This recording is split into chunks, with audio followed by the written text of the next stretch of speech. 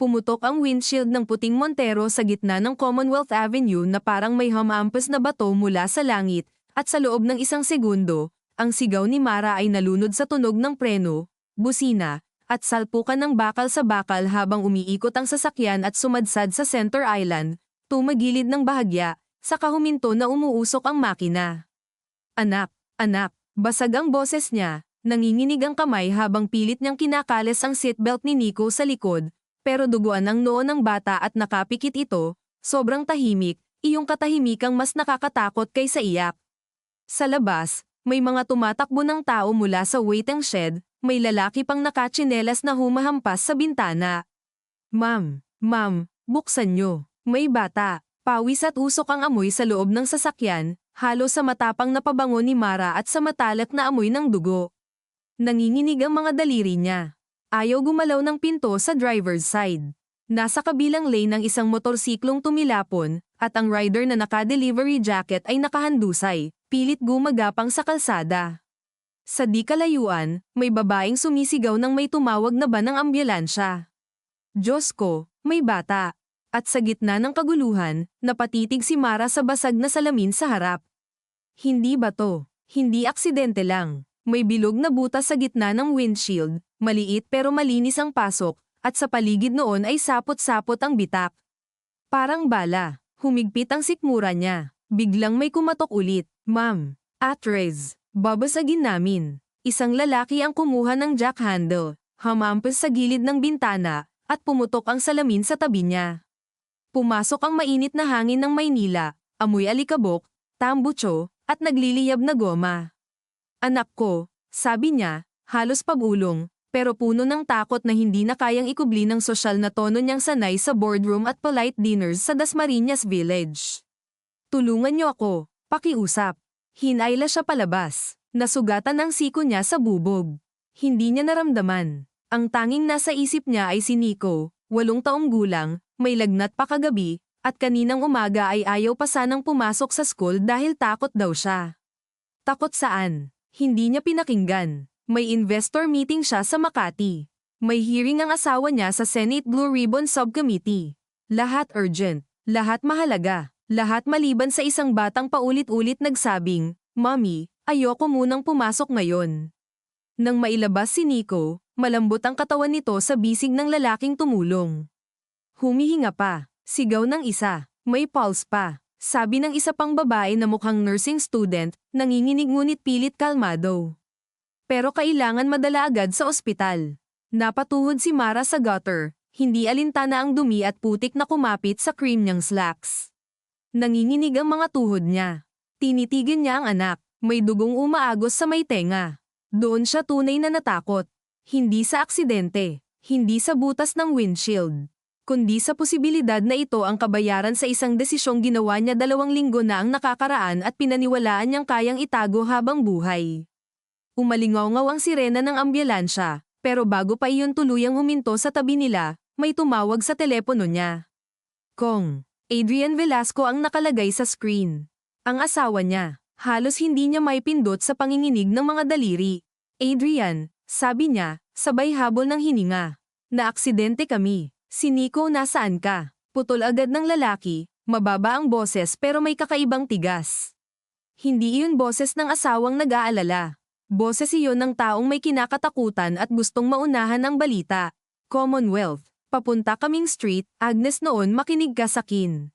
May maikling katahimikan sa kabilang linya, tapos may narinig siyang mahinang bulungan, parang may ibang taong nasa tabi nito. Huwag kang magsasalita sa pulis hanggat wala ako. Naiintindihan mo. Napatingin si Mara sa butas ng windshield. Sa paligid nila, may mga taong nagvi-video na gamit ang cellphone. May umiiyak na traffic enforcer. May nurse na tumatawag ng 1, 2, 3, habang inaangat si Nico sa stretcher. Adrian, sabi niya, at dito na bumigay ang boses niya, may tama ang windshield. Parang binaril kami. Hamaba ang katahimikan sa kabilang linya. Napakabigat nito. Napakalinaw. May alam siya. Huwag kang magsasalita. Ulit ng asawa niya, mas malamig na ngayon. Paparating na ako. Naputol ang tawag. Sa loob ng ambulansya, kumakalag ang stretcher habang tinatahi ng ingay ng traffic ang bawat segundo. Sumakay si Mara sa tabi ng anak niya at hinawakan ang malamig nitong kamay. Sa fluorescent na ilaw, mas mapatla ang mukha ni Nico. Ang nurse na nasa harap nila, si Ate Joy ayon sa nameplate, mabilis ang galaw, marunong magpigil ng emosyon, pero halata sa noon nitong kulubot ang pag-aalala. Ma'am, kailan po huling responsive si patient? Kanina. Nagsasalita pa siya sa kotse. May allergy. Medical history. Wala. Asma lang pag sobrang alikabok.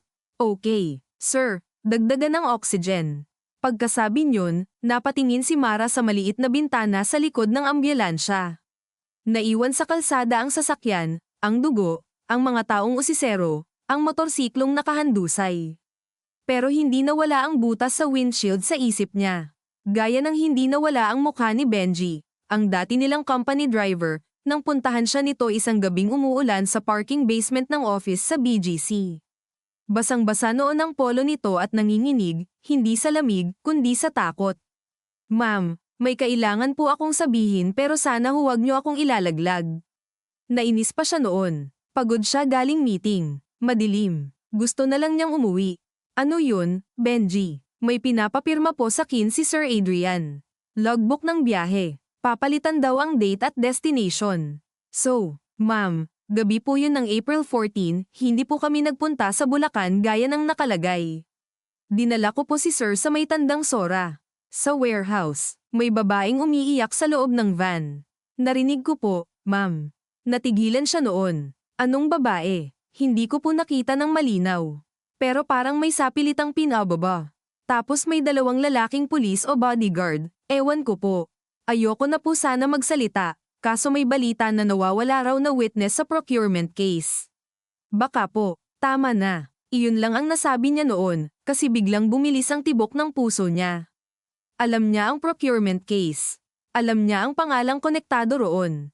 Alam niya ring nasa gitna ang asawa niya, hindi bilang sospek, kundi bilang mambabatas na kunwaring lumalaban sa katiwalian habang palihim na nakikipag-areglo sa mga kontraktor. Wala kang sasabihin kahit kanino, utos niya noon, marahas kaysa balak niya.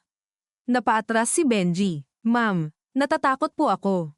Bibigyan kita ng pera. Magbakasyon ka muna sa probinsya. Pero huwag na huwag mong uulitin yan kahit kanino. Naiintindihan mo. Tumango ito, ngunit ang tingin sa kanya ay hindi pa sa salamat.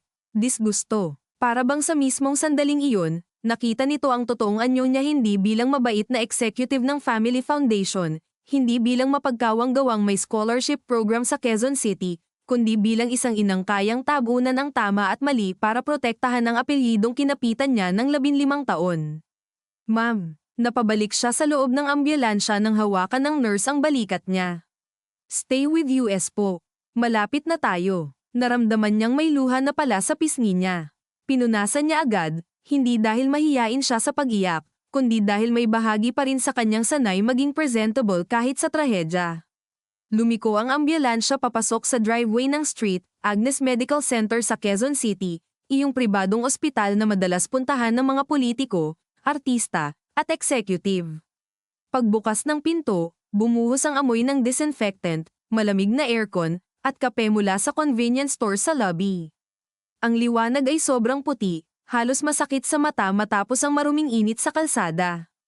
Clear the way, sigaw ng orderly habang itinutulak ang stretcher. Sumunod si Mara, sumasabit ang takong sa tiles, duguan pa rin ang siko, gusot ang buhok, hawak pa rin ang telepono.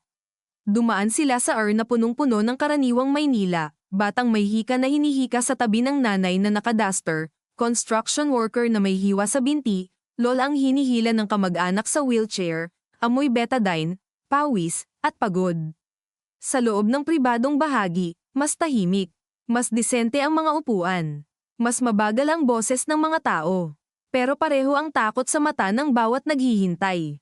Ma'am, dito lang po muna kayo, sabi ng doktor na sumalo kay Nico. Bata pa, may eye bags, ngunit sanay sa kagipitan. We need court scan immediately. Possible head trauma. May consent form. Doc, anak ko ginagawa po namin ang lahat. Hindi iyon pangakong makakapitan. Alam ni Mara iyon. Sa ospital, ang ginagawa ang lahat ay madalas simula pa lang ng mas masamang balita. Habang pumipirma siya, biglang may narinig siyang nagkakagulo sa may reception. Isang lalaki ang pilit pumapasok kahit hinaharang ng security. Nasa loob ang anak ko. Benji Morales. Nasaan ang anak ko? Napalingon si Mara. Nanigas ang likod niya. Lalaking payat, nangingitim sa araw, may lumang cap, isang pawis, halos mamuti ang mata sa takot. Nakilala niya agad. Ernesto Morales, ama ni Benji. Sir, wala po kayong pwedeng pasukin ng ganyan, sabi ng guard. May tumawag sa kin. Sabi dinala rito ang anak ko galing Commonwealth. Delivery rider po siya. Nabangga raw. Bumagsak ang sikmura ni Mara. Ang rider na tumilapon. Hindi niya nakita ang mukha.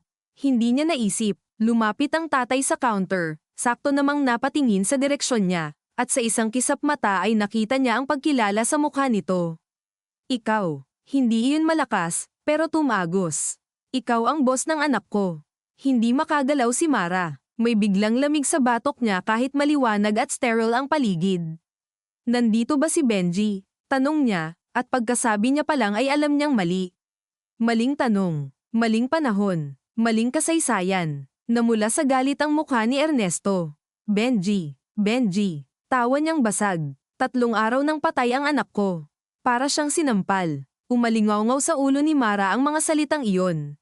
3 araw nang patay. Hindi posible. Siya ang nagpadala ng pera sa Laguna para magtago ito. Siya ang nagutos na huwag munang bumalik. Anong ibig mong sabihin? Mahinang tanong niya. Nakita sa talahiban sa San Pablo. Bogbog. May tama sa ulo. Sabi ng pulis, baka hold up. Hold up. Natatawa itong umiiyak na ngayon. Ano ho, ma'am? Hold up. Wala namang kinuha. Cellphone nandoon. Pataka nandoon. Pero patay ang anak ko. Dahan-daang umatras si Mara. Parang biglang sumikip ang koridor. Parang ang lahat ng tunog ay lumabo maliban sa mabilis na ugong sa loob ng tenga niya. Kung patay na si Benji, sino ang rider sa Commonwealth? At bakit tumawag si Adrian na parang alam agad ang nangyari? Sumagot ang pinto ng sa paglabas ng isang nurse. Relative of Nicolas Velasco. Agad lumapit si Mara, pero bago pa siya makalapit, may dumating na grupo ng mga lalaking nakabarong at dark slacks, kasama ang 2 bodyguard. Sa gitna nila, si Adrian Velasco. Maayos ang buhok, tuwid ang tindig, pero halata sa mga matang sobrang kalmado ang nagtatagong bagyo. Lumapit ito sa kanya at hinawakan ang magkabilang balikat niya. Okay ka lang ba? Tanong nito, sakto lang ang lakas para marinig ng iba, parang asawang nag-aalala. Pero ang hinigpit ng mga daliri nito sa balikat niya ay hindi pag-aalala. Babala, nasa Aiko si Nico. Court pa lang, sabi niya, hindi inaalis ang tingin sa mukha nito. Gusto niyang hanapin doon ang pagmamahal na minsang pinaniwalaan niyang totoo. Ang nakita niya ay kalkulasyon. Adrian, bulong niya, patay na raw si Benji. Isang iglap lang, pero nakita niya. Ang microscopikong paghinto ng paghinga. Ang bahagyang pagsikip ng panga. Pagkatapos, bumalik ang maayos na maskara. Hindi ngayon ang oras para dyan, sabi nito. Anak muna natin. May kinalaman ka ba rito? Masyado iyong direkta para sa isang babaeng lumaki sa kulturang pabulong ang bangayan, palihim ang parinigan, at laging inuuna ang anyo bago ang totoo. Ngunit may batang walang malay sa loob. May patay na driver. At may bala sa windshield. Mara, ngumiti si Adrian, ngunit sa mata nito ay wala ni Katiting na init. Maghinay-hinay ka. Sinusundan ba tayo? Tigilan mo yan. Binaril ba kami? Sa likod nila, napahinto ang isang nurse na nagdadala ng chart. Napatingin ang bodyguard. Maging si Ernesto sa malayo ay napatitig. Hindi agad sumagot si Adrian.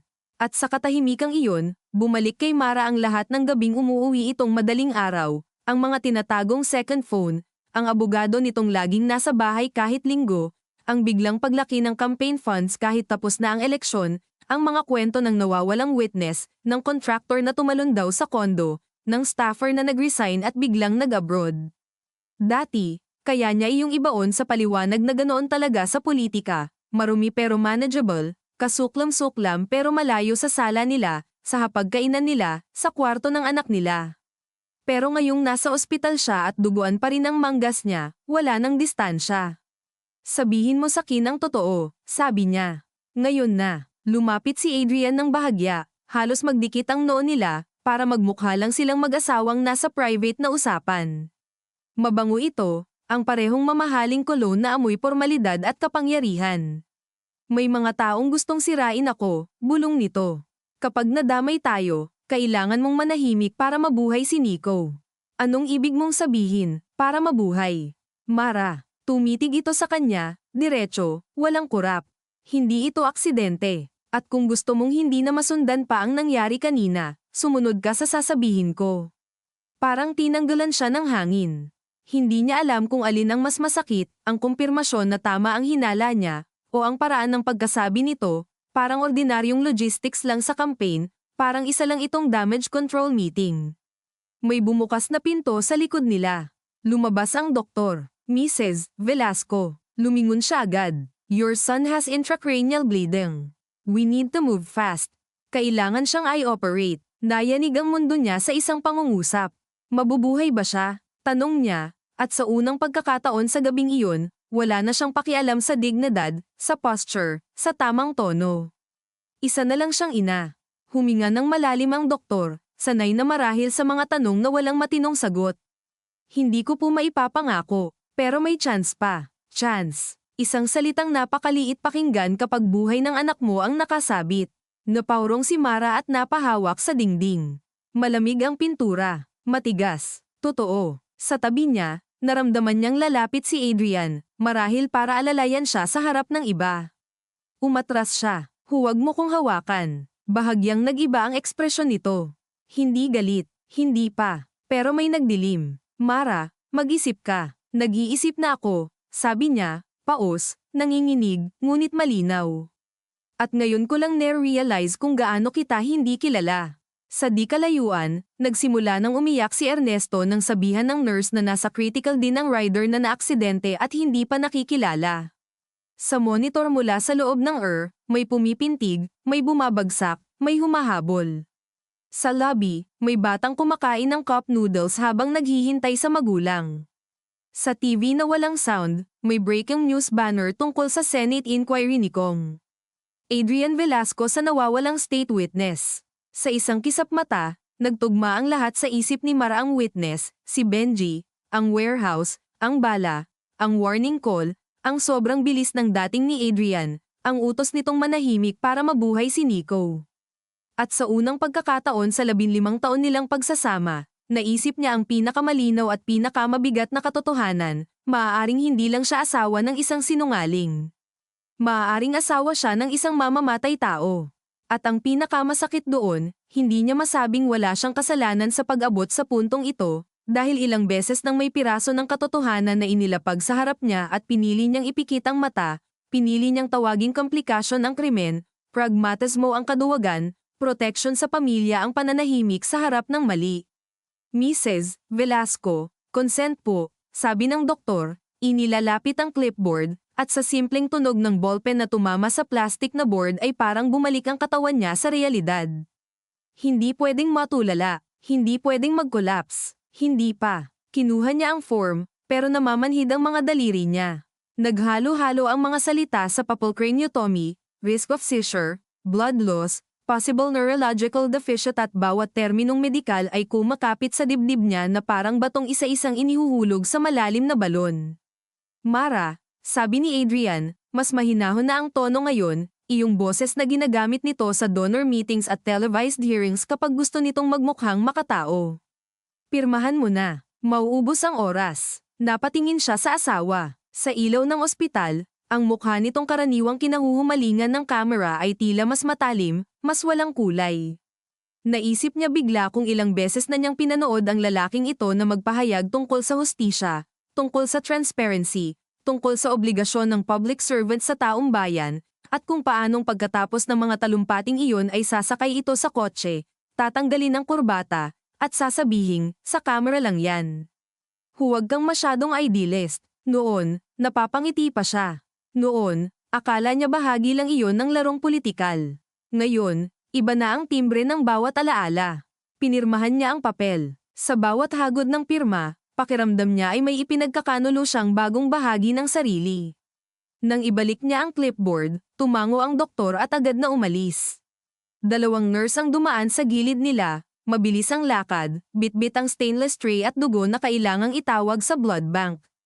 Dito niya naramdaman ang bigat ng katahimikan sa pagitan nila ni Adrian, kahit maingay ang paligid kahit may monitor na tumitibok, gulong ng stretcher na dumadagundong sa tiles, at mahinang pag-iyak ng isang babae sa dulo ng hallway. May kailangan akong itanong, sabi niya, mababa lang, pero sapat para marinig ng asawa niya. At ayokong magsinungaling ka, hindi ito ang lugar, hindi na mahalaga kung lugar o oras.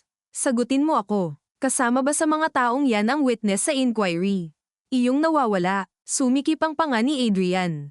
Hindi agad ito sumagot, sa halip, tumingin ito sa paligid, sa bodyguard nitong si Colmenares na agad umusog para bahagyang hadlangan ang tanaw ng iba sa kanila, sa secretary nitong babae na kanina pa nakatayo sa may vending machine at kunwaring may time text, sa guard na nagmamasid ngunit halatang ayaw masangkot. Sa ospital, kahit gaano kalinis ang pader, mabilis pa ring kumalat ang kutob. Mas mapapahamak tayo kung mag-iimbento ka ng sarili mong kwento, sabi ni Adrian, at sa salitang tayo ay may kakaibang lamig, parang transaksyon, parang liability management. May mga taong gumagalaw. Hindi ko kontrolado lahat, pero may kontrol ka sa ilan. Mara, binayaran mo ba si Benji para manahimik? Hindi siya sumagot. Tinitigan lang siya nito ng matagal, at sa gitna ng nakabibinging tahimik na iyon ay may bumalik sa isip niya isang tanghali sa dining room ng bahay nila sa Dasmariñas Village, 2 buwan bago ito, habang kumakain si Nico ng sinigang at pinipilit tanggalin ang sitaw dahil ayaw nito ng gulay. Tumunog ang telepono ni Adrian noon. Hindi nito sinagot agad. Tiningnan lang, saka ibinaba ng nakataob. Napansin niyo ni Mara. Sino yan? Office. Linggo ngayon. Hindi tumitigil ang trabaho dahil lang gusto nating magpanggap na normal na pamilya tayo. Pabiro nitong sinabi noon, pero nasaktan siya ng kaunti. Maya-maya, tumayo si Nico at lumapit sa ama, bit-bit ang spoon. Daddy, taste mo nga, maasim. Natawa si Adrian at tinikman. Sa isang iglap, bumalik ang lamang nito, ang normalidad, ang ordinaryong buhay na kayang gawing tabing ng mga pamilyang may kayang magtago ng dumi sa likod ng mataas na bakod at uniformed guards. Kung may kasalanan man siya, iyon ang matagal niyang pagkalulong sa ideya na ang isang ama na marunong magbiro sa hapag ay hindi kayang magpagawa ng karumal-dumal sa labas ng bahay. Hindi mo ako sinagot, sabi niya ngayon. Dahil alam mo ang sagot, tugon ni Adrian, at tuluyan nang nawala ang anumang pagtatangkang magmukhang mapagmahal na asawa. At alam mo ring hindi simpleng pera-pera lang ito. Kapag may mga taong nasa ilalim mo na nabubuhay dahil sa loyalty, hindi sila basta mawawala sa laro. Hindi sila nagbabago ng isip nang walang kapalit. Anong ginawa mo? Wala akong kailangang ikumpisal sa'yo dito. Binaril ba kami para patahimikin ako, o para takutin ka? Kumislap ang inis sa mukha nito. Ang problema sa'yo, Mara, ngayong natakot ka, akala mo bigla kang pwedeng maging moral. Tumama iyon. Hindi dahil hindi totoo, kundi dahil totoo ng sapat para sugatan siya.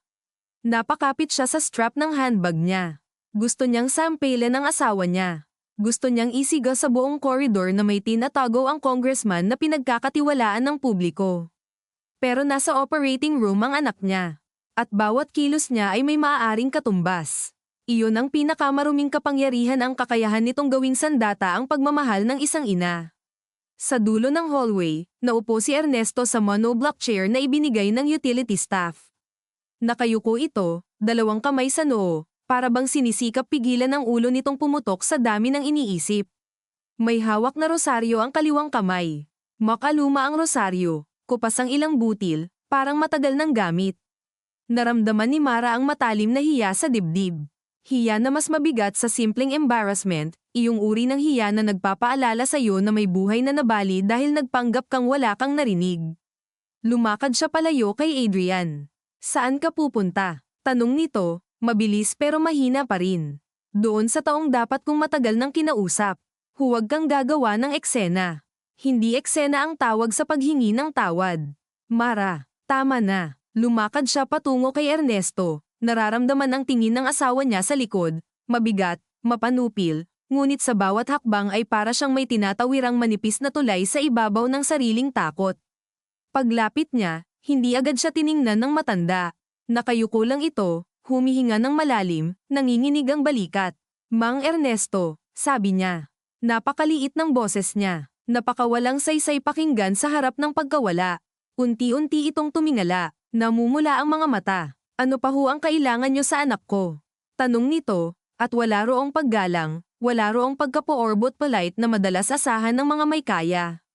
May latak ng puot, pagod, at pagkabigo. Wala na. Umupo siya sa katabing upuan ng walang palem. Narinig niya ang marahang pagtaas-baba ng electric fan sa sulok, ang malayong tawag ng cashier para sa deposit, ang tunog ng ulan na nagsimulang pamatak sa salamin ng lobby doors sa labas. May sinabi sa akin si Benji, sabi niya. 2 linggo na, at hindi ko siya tinulungan. Tinitigan lang siya ni Ernesto. Hindi pa iyon kapatawaran. Hindi pa iyon paniniwala. Simpleng paghihintay lang para malaman kung gaano siya kasinungaling. Takot ako noon, patuloy niya. Hindi ko alam kung gaano kalala, pero alam kong may mali. At pinili kong patahimikin siya. Napakabagal ng paglabas ng susunod na tanong ng matanda. Magkano? Parang piniga ang lalamunan ni Mara. 150,000. Tumango siya. Napatawa si Ernesto, pero walang saya. Ang mura pala ng buhay ng anak ko sa inyo. Hindi siya makasagot. Sa loob-loob niya, gusto niyang sabihing hindi iyon ang katotohanan, na hindi niya binayaran ang buhay ng anak nito kundi ang katahimikan, ang ilang araw na pagkakataong hindi bumagsak ang mundo niya. Pero iyon nga ang mas nakakadiri. Dahil ano ang halaga ng katahimikan kung ang kapalit ay dugo? Hindi ko alam na mamamatay siya, sabi niya, at agad din niyang kinamuhian ang sarili sa tunog niyon. Gaano kababaw ang depensang iyon? Hindi ko alam. Hindi ko sinadya. Hindi ko inasahan. Mga linyang minamana ng may pribilehiyo sa tuwing may ibang nababasag para manatiling buo ang kanilang mga pader. Pero alam nyo na may panganib, sagot ni Ernesto. At sapat na yun. Sumikip ang lalamunan niya. Tumango siya. Hindi bilang taktika, bilang pag-amin. Ilang segundo silang kapwa nakatingin lang sa sahig, sa kupas na tile na may gasgas sa gilid, sa munting langgam na naligaw mula sa hallway. Minsan, sa pinakamasamang sandali, ang mundo ay patuloy lang sa maliliit nitong gawain. May dumarating na bisita, may sumisinghot na bata, may nagtatapon ng paper cup. At ang ganitong pagpapatuloy ang lalong nakakabaliw. Ano ang sinabi sa inyo ng anak ko? Tanong ni Ernesto. Huminga si Mara ng malalim. Sa peripheral vision niya, nakita niyang bahagyang gumalaw si Adrian sa pwesto nito, parang handang lumapit. Hindi siya lumingon. May warehouse sa Tandang Sora. Dinala roon ng asawa ko noong gabi na nawala ang witness sa inquiry. May babae raw na umiiyak sa loob ng van. Napapikit si Ernesto. Tila ba mas mabigat iyon kaysa inaasahan niya? Babae. Oo. Akala ko lalaki ang witness. Baka may kasama. Baka ibang tao. Hindi ko alam. Nang sabihin niya iyon, biglang tumunog sa isip niya ang isang detalye na matagal nang nakabaon. Gabi ring iyon, umuwi si Adrian na may bahid ng putik sa cuff ng pantalon. Tinanong niya kung saan ito nanggaling. Nalaglag lang yan sa construction site inspection, sagot nito. Pinaniwalaan niya. Pinili niyang paniwalaan. May pangalan ba? Tanong ni Ernesto. Wala. Hindi niya nakita. At bakit hindi kayo dumiretso sa pulis? Napangiti siya ng mapait, dahil ang asawa ko ang tipo ng taong tinatawagan ng pulis bago sila gumalaw. Sa unang pagkakataon, hindi galit ang nakita niya sa mata ni Ernesto kundi pagod na pag-unawa. Iyong uri ng pagkakaintindi na galing sa mahabang karanasan sa sistemang hindi kailanman para sa kanila. Kaya pala, bulong nito. Kaya pala noong nag-report kami sa San Pablo, parang may script na ang mga tanong. Parang gusto na nilang isara agad. Naramdaman ni Mara ang pag-akyat ng panibagong takot. Kung umaabot hanggang lokal na pulisya ang impluwensya, gaano kalayo pa ang abot? Sa likod nila, may marahang kumalansing na sapatos. Dumating si Adrian. Tama na yan, sabi nito, nakatingin kay Mara ngunit para rin kay Ernesto. Hospitals are not confession booths. Tumayo si Ernesto. Hindi ito kasing tangkad ni Adrian, pero sa galit nito ay tila biglang pumantay. Ikaw ba ang pumatay sa anak ko?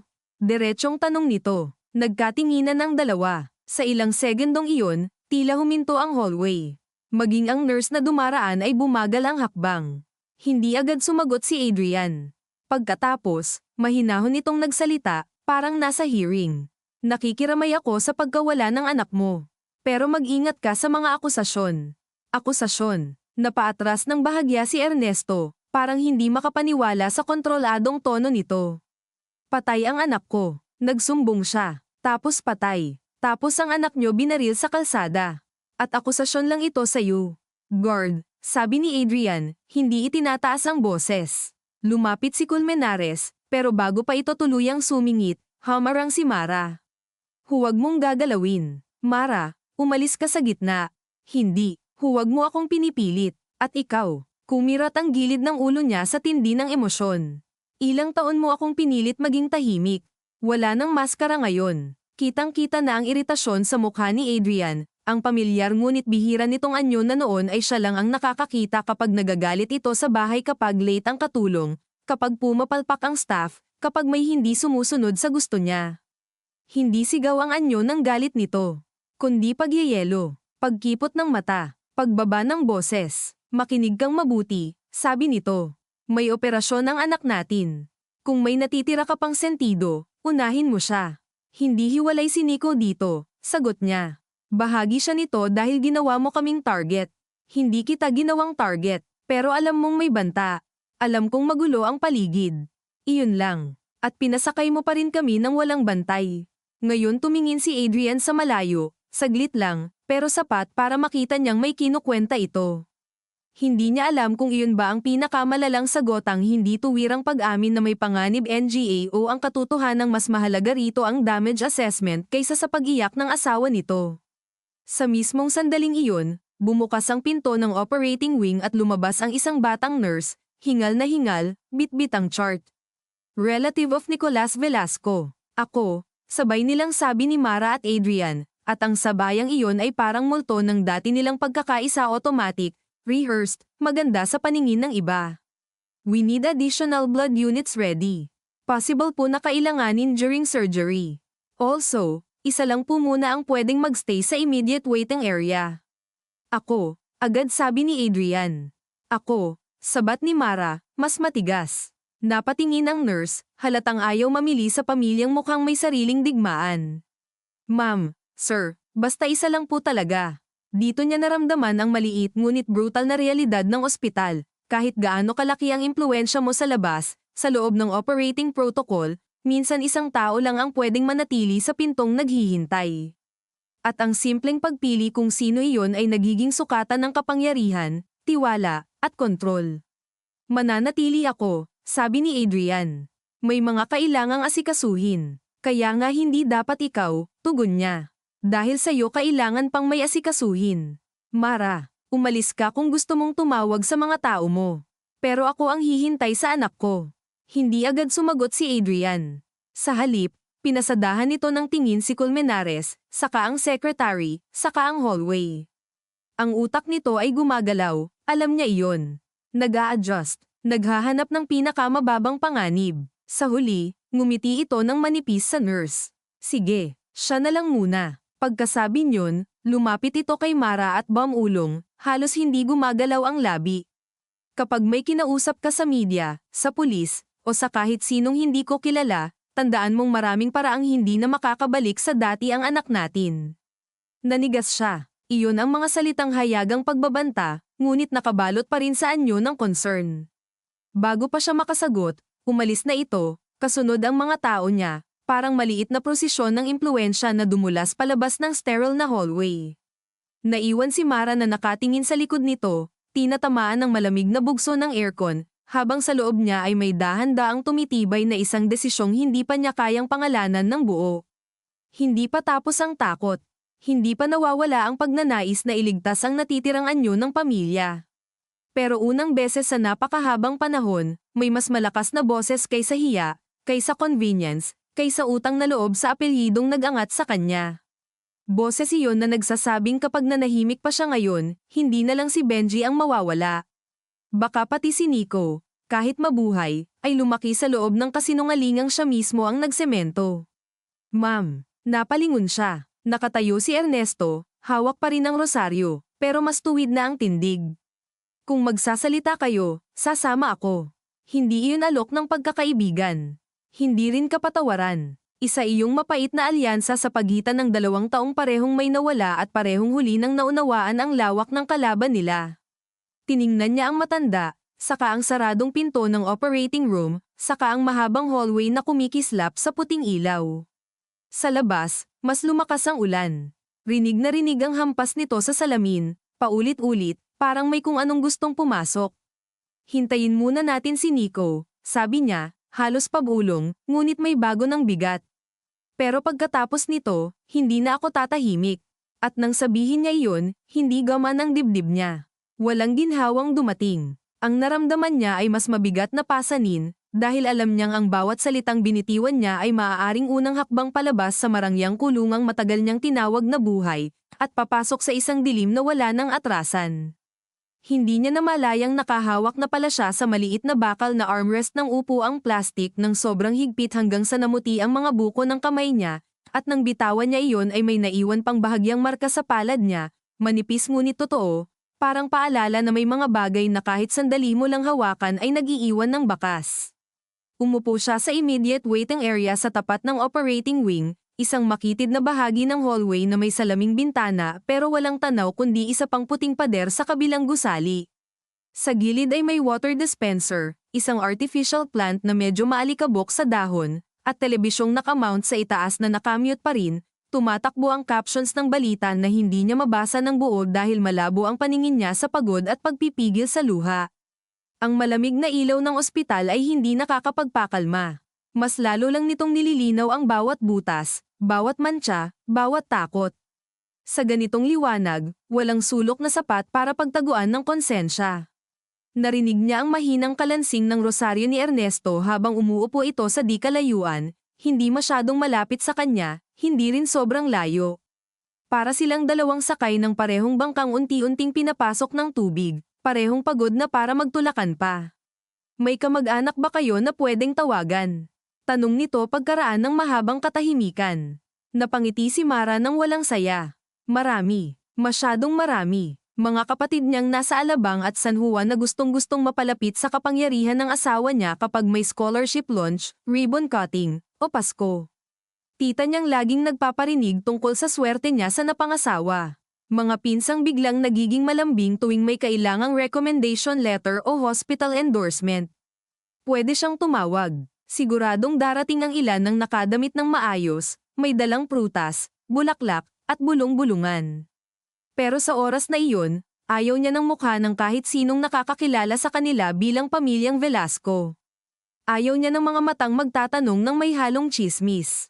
Ayaw niya ng mga bibig na magsasabing kapit lang, lahat may dahilan na parang may moral na saysay ang dugo sa damit niya. Wala muna, sabi niya. Ayoko pa. Tumango si Ernesto, na parabang nauunawaan niya kahit magkaibang-magkaiba ang mga mundong pinanggalingan nila. Nagsalita ito muli matapos ang ilang sandali. May asawa po ba ang anak niyo?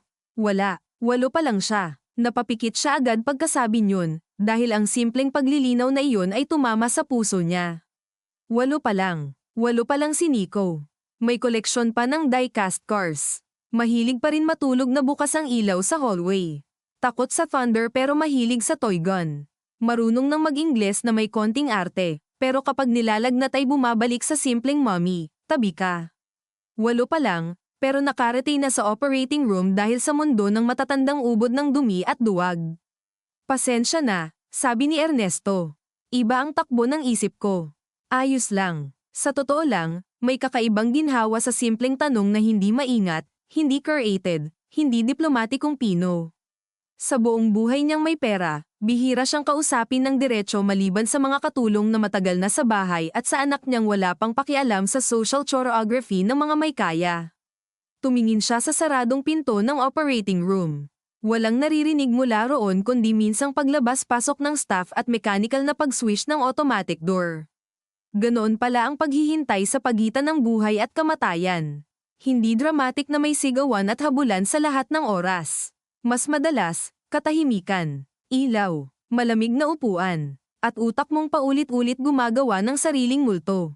Dumukot siya ng telepono sa bag niya. 12 ng missed calls, message notifications, at chat alerts ang bumungad. May group chat ng school moms na nagtatanong kung totoo raw bang naaksidente sila. May chief of staff ni Adrian na nagsasabing ma'am, please do not respond to press inquiries. May younger sister niyang si Liza na sunod-sunod ang tanong kung okay ba sila, at may 2 unknown number na parehong nag-send ng iisang mensahe, Tahimik ka lang kung gusto mong makalabas ng buhay ang bata. Nanlamig ang batok niya. Halos mabat-iwan niya ang cellphone. Hindi edited. Hindi chain text. Malinaw. Direkta. Magkaibang number. Parehong mensahe. Umakyat ang suka sa lalamunan niya. Ano yun? Tanong ni Ernesto nang mapansin ang pagbabago ng mukha niya. Sandali siyang nagdalawang isip. Ang lumang Mara, iyong babaeng sanay sa containment, ay agad magsasara ng screen, magsasabing wala, at mag-iipon ng impormasyon para sa pribadong paggamit. Pero may pumutok ng kung ano sa loob niya ngayong gabi. Hindi nakasya ang lahat sa loob. Ipinakita niya ang telepono kay Ernesto. Tumaas baba ang dibdib ng matanda habang binabasa. Putang ina, bulong nito, hindi nang hihingi ng tawad sa mura, hindi na kailangang magdisente sa harap niya. Ganyan na sila kalantaran. Mukhang oo. At alam ng asawa niyo. Hindi ko alam kung siya mismo ang nagpadala. Pero hindi ako magugulat kung may kinalaman siya. Natahimik silang dalawa. Sa dulo ng koridor, may dumating na utility worker na nagtulak ng mop bucket. Amoy floor cleaner ang dumaan sa hangin, matapang at lemon-scented. Pilit tinatabunan ng amoy ng gamot, dugo, at lumang aircon. Sa ganitong lugar, napaka-ordinaryo ng pagkuskos sa sahig kahit may nagwawasakang pamilya sa bawat palapag. Habang pinapanood niya ang water streaks na naiwan ng mop sa tiles, bumalik sa isip niya ang isang eksenang matagal niyang inilibing. 5 taon na ang nakalipas, unang termino pa lang ni Adrian sa Kongreso. Nasa barangay gym sila sa Quezon City para sa medical mission. Mainit noon, amoy pawis, lugaw, at monoblock chairs na matagal nang nakabilad. Lumapit sa kanila ang isang babae, may dalang brown envelope at batang may sipon. Hindi iyon kasama sa organizer. Halatang nakipagsiksikan lang. Congressman, pakiusap po, sabi ng babae. Iyong asawa ko po sa demolition nasaktan, hindi kami tinulungan ng contractor. Kayo raw po ang lumalapit doon. Hindi niya malilimutan ang ngiti ni Adrian noon. Mabait, maamo, sanay sa masa. Kinuha nito ang envelope. Titingnan natin. Pag-alis ng babae, ibinigay nito ang envelope sa staff at bumulong. Akala nito marahil hindi niya maririnig, hanapan mo ng paraan para tumahimik. Huwag paabutin sa media. Noon pa lang, may pihit na sa moral compass niya. Narinig niya, naintindihan niya, pero hindi niya tinanong. Dahil pagkatapos noon ay ngumiti si Adrian sa anak nila, binuhat si Nico para sa litrato, at pinunasan pa ang pawis sa noo niya. Ganoon ka-epektibo ang halo ng lamang at kapangyarihan sa pagdurugan ng konsensya. Hindi ka basta pinapatahimik sa takot. Minsan pinapatahimik ka sa ginhawa. Ma'am, napalingon siya. Isang batang babae ang nakatayo sa bungad ng waiting area, siguro nasa 20 anyos, naka-chip blazer na nabasa ng ulan sa balikat, hawak ang malaking eco bag at isang folder. Nakasalamin, mapatla, at halatang nagmamadali. Pinagmasdan siya nito na parabang kinukumpirma ang mukha sa memorya. Kayo po si Mara Velasco. Hindi agad sumagot si Mara. Mabilis na umakyat ang alarma sa katawan niya. Sino ka? Lumunok ang babae. Ako po si Trina. Humigpit ang hawak nito sa folder. Dati po akong researcher ni Attorney Jonah Ledesma. Napakabilis ng pagbagsak ng pangalan sa hangin. Parang salaming inihulog sa marmol. Si Attorney Jonah Ledesma, state witness. Nawawala 4 na araw na ang nakalipas. Ang abogadang nakatakdang magtestigo tungkol sa ghost procurement at legislative kickbacks. Ang pangalang paulit-ulit sa news banner buong linggo. Maging si Ernesto ay tuwid na napatayo. Nasaan siya? Tanong ni Mara, mas mabilis kaysa balak niya. Napatingin si Trina sa paligid, saka sa pinto, saka sa nurse station. Halatang takot na takot. Hindi ko po alam kung nasaan siya ngayon, sabi nito, at halos mabiyak ang boses sa pagpipigil. Pero may iniwan po siya. Sabi niya, kung may mangyari sa kanya at kung hindi ko na siya makontakt sa loob ng 3 araw, dalhin ko raw ito sa inyo. Itinaas nito ang folder. Sa akin. Bakit sa akin? Kayo raw po ang pinakaayaw niyang pagkatiwalaan, kaya baka kayo rin ang huling taong aasahan nilang tatanggap. Halos matawa si Mara sa bangis ng loika. Napakahoana, kahit hindi niya personal na kilala ang babae. Iyong uri ng isip na inuunahan ang natural na galaw ng kalaban. Lumapit si Trina pero nanatiling kabado ang mata, pasulyap-sulyap sa likod na parang may humahabol. May nakasulat po sa labas para sa inyo lang. Saan mo nakuha ta? Iniwan po sa boarding house ko sa Up Village. May padlock box kami sa ilalim ng kama. Alam niya ang duplicate key. At bakit ngayon mo lang dinala? Saglit nagatubili si Trina, saka pumikit. Natakot po ako. Nung unang araw akala ko babalik siya. Nung pangalawa may lalaking nagtanong sa landlord namin kung may dalaw raw akong babae. Nung pangatlo may motor na nakatambay sa kanto buong hapon. Kanina nang mabalita ang may shooting sa Commonwealth at nabanggit ang pangalan ng pamilya nyo sa isang police radio clip na nakuha ng friend ko, naisip kong konektado na lahat. Nakita ni Mara ang nanginginig nitong mga daliri. Batang-bata pa. Iyong edad na dapat inaalala mo lang ay thesis defense, renta, at breakup. Hindi kung sino ang susunod na mawawala. Buksan natin, sabi ni Ernesto. Pero bago pa sila makagalaw, biglang lumapit ang isang nurse mula sa kabilang side. Ma'am, sorry po, immediate waiting area po ito. Limitado lang dapat ang tao rito. Agad bumawi si Mara. Pinsan ko siya, mabilis niyang sabi, at nagulat siya sa sariling kadalian ng pagsisinungaling. Sanay pa rin ang katawan niya. May importanteng documents lang para sa consent. Sinulyapan sila ng nurse, halatang duda ngunit pagod na para makipagtalo. Mabilis lang po. Pagkaalis nito, kinuha ni Mara ang folder at inilagay sa kandanggan. Mabigat iyon hindi sa timbang, kundi sa kahulugan. Sa harap, may nakadikit na puting papel, sulat kamay, kung hawak mo ito, ibig sabihin mas malala ka na kaysa inaakala ko. O baka mas gising ka na. Pareho sigurong totoo. Napatitig siya roon. Tiyak si Joe nang ang nagsulat. Hindi niya kilala ang sulat kamay, pero kilala niya ang talem. Mabagal niyang binuksan ang garter band ng folder. Sa loob ay may USB drive, ilang photocopies ng bank transfers, route logs, at 3 litrato.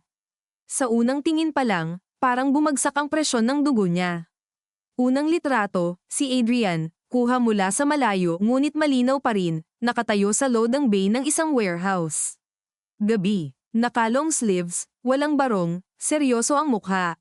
Sa tabi niya ay si Benji, hawak ang susi ng sasakyan, nakayuko.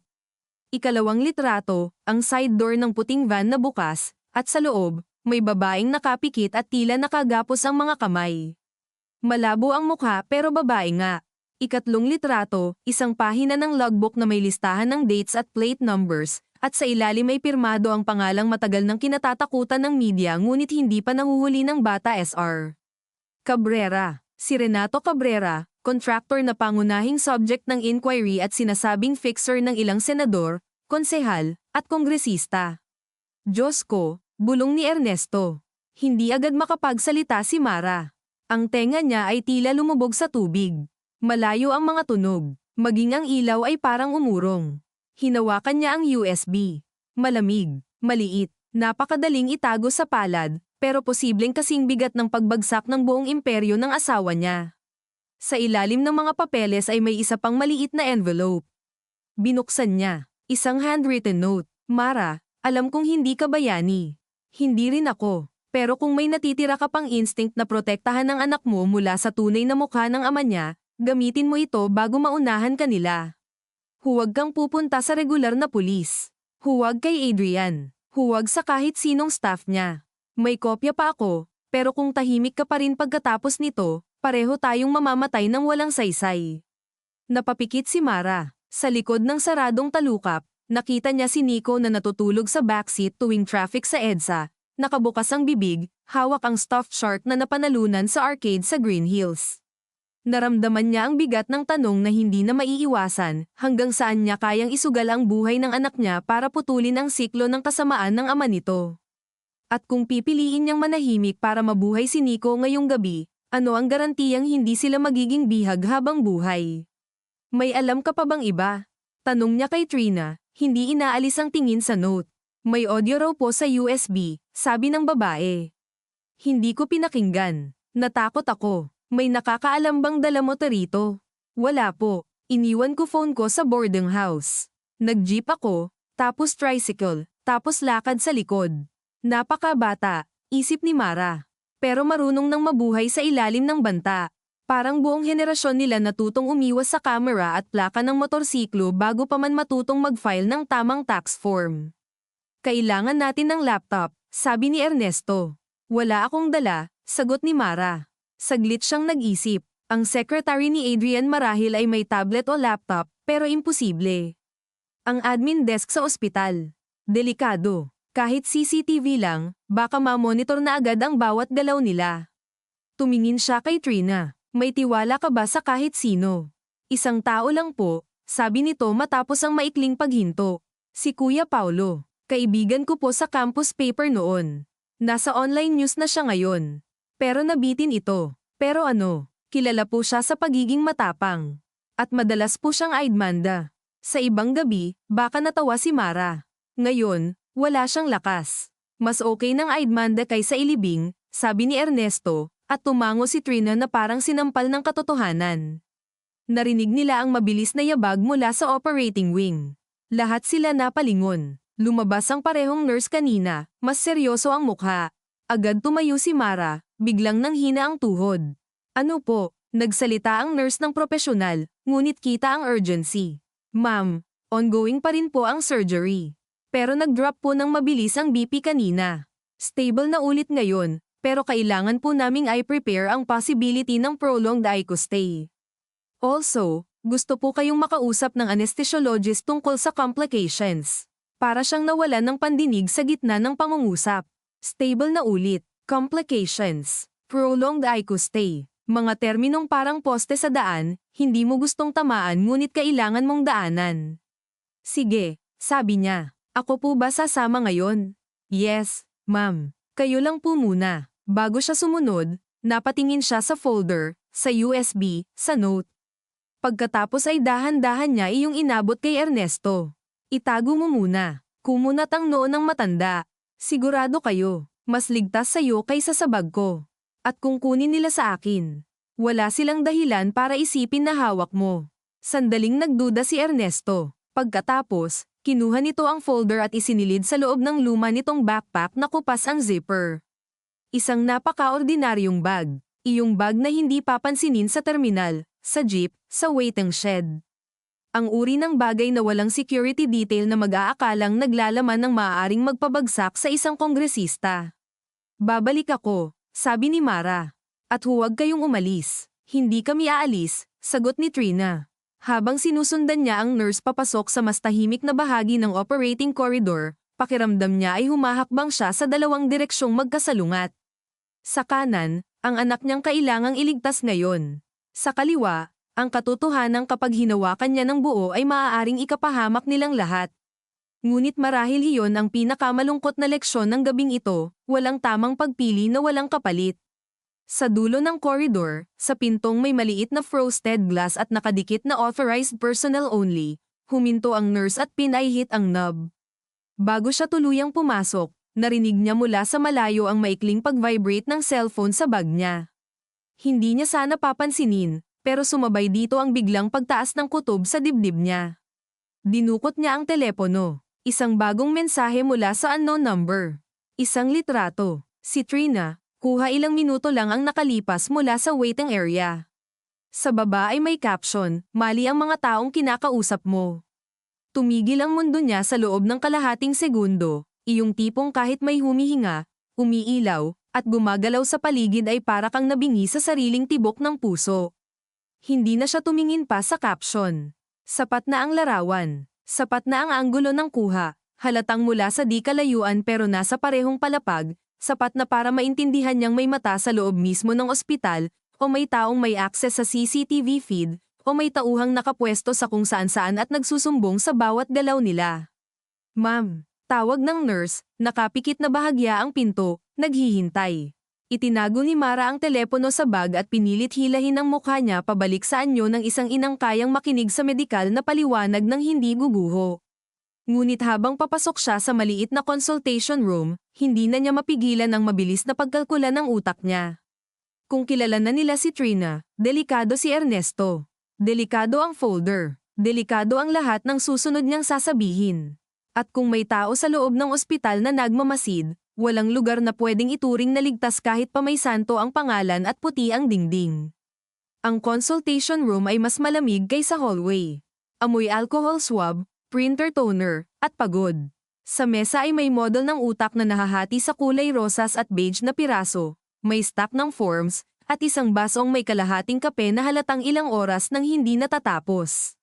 Sa likod ng mesa, nakaupo ang anesthesiologist, babaeng nasa late 30s siguro, may eye bags, naka-surgical cap pa rin, at may mukha ng taong ilang daang beses nang kailangang magpaliwanag sa mga pamilyang gustong kumapit sa kasiguraduhang hindi naman kayang ibigay ng agham. Mrs. Velasco, sabi nito, tumayo ng bahagya, saka muling umupo ng mapansing parang bibigay ang mga tuhod ni Mara. Please, maupo po kayo. Umupo siya, ngunit hindi komportable. Nakatutok ang likod niya sa matigas na sandalan na para bang kailangan niya iyong paalalang ito ay totoong upuan, totoong silid, totoong gabi. May nangyari po ba? Ang unang lumabas sa bibig niya. Ang surgery po ay nagpapatuloy. Na-control na po yung active bleeding sa isang bahagi, pero may swelling pa rin ang brain tissue. Kaya po natin kayo tinawag dahil kailangan ninyong maintindihan na even if the operation goes well technically, may risk pa rin ng post-op complications. Habang nagsasalita ang doktor, nakatitig si Mara sa bibig nito, sa paraan ng paggalaw ng bawat salitang English at Tagalog, at may bahagi ng isip niyang humihiwalay para alalahanin ang unang araw ni Nico sa preschool. Paano ito umiyak ng 10 minuto sa classroom door dahil ayaw kumalas sa damit niya? Paano sinabi ng teacher, "Ma'am, okay lang po, normal po yan." Paano siya tumalikod at naglakad papunta sa parking lot na may bigat sa dibdib pero may tiwalang pagkatapos ng ilang oras, kukunin niya ulit ang anak niya ng ligtas, buo, at handa pa ring magmahal. Ganoon dati ang buhay. May takot, pero may implicit na pangako na may mga ordinaryong araw na matatapos ng maayos. Ngayon, wala nang ganoong kontrata. Possible po ang seizures, motor deficits, cognitive changes, memory problems, patuloy ng doktor. Hindi po natin masasabi agad ang extent hanggang magising siya. Madyay gising ba siya? Tanong niya, at sa simpleng tanong na iyon ay bumalik ang buong bigat ng pagiging tao. Hindi future function. Hindi neurological spectrum. Madyay gising ba siya? Tumingin ang doktor sa kanya ng diretso. Iyon po ang ipinaglalaban namin. Hindi niya kinaya. Napatakip siya ng bibig. Nanginginig ang balikat niya. Hindi malakas ang iyak, hindi hysterikal, kundi iyong pinitpit na pagkapunit ng isang taong matagal nang pinipigilang maghiwa-hiwalay ang mga piraso sa loob. Tahimik lang siyang umiyak habang hinahayaan ng doktor na magpatuloy sa mga risk, sa ventilator possibility, sa ICU monitoring.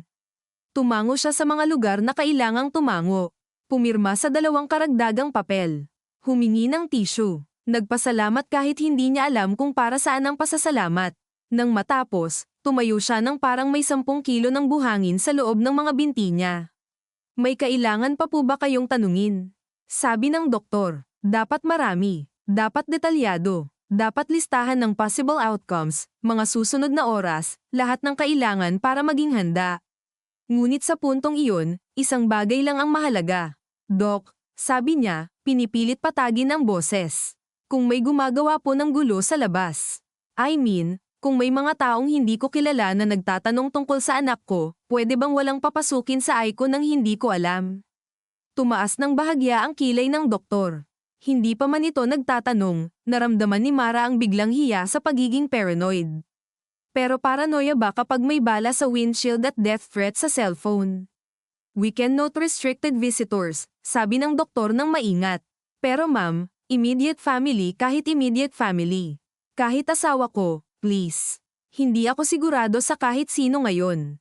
Hindi agad sumagot ang doktor. Sa mukha nito, nakita ni Mara ang mabilis na medikal at moral na pagsusukat. Hindi normal ang ganitong hiling. Ngunit hindi rin normal ang gabing ito. Ill-informed the ICU charge nurse na by authorization only, sabi nito sa huli. Pero ma'am, dapat po malinaw ang written instruction. Gagawin ko. Paglabas niya sa consultation room, mas matalim na ang pakiramdam niya sa corridor. Hindi na simpleng hallway ng ospital, isa na itong larangan ng posibleng surveillance.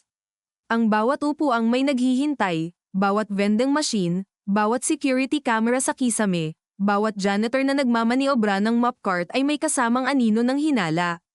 Paglapit niya sa waiting area, agad niyang hinanap si Trina at si Ernesto. Naroon pa rin sila, nasa parehong pwesto, Pero mas dikit na ngayon ang mga ulo habang mahina silang nag-uusap. Nang mapansin siya ni Trina, agad itong tumayo. Ma'am, hinayla ni Mara ang dalawa palapit sa sulok sa tabi ng water dispenser, kung saan bahagyang natatakpan sila ng artificial plant at hindi gaanong tanaw mula sa nurse station. May nagpicture sa'yo dito mismo, sabi niya kay Trina. Diretso, wala nang paligoy. Namutla ang babae. Ano? Ipinakita niya ang mensahe. Ilang saglit na walang nagsalita.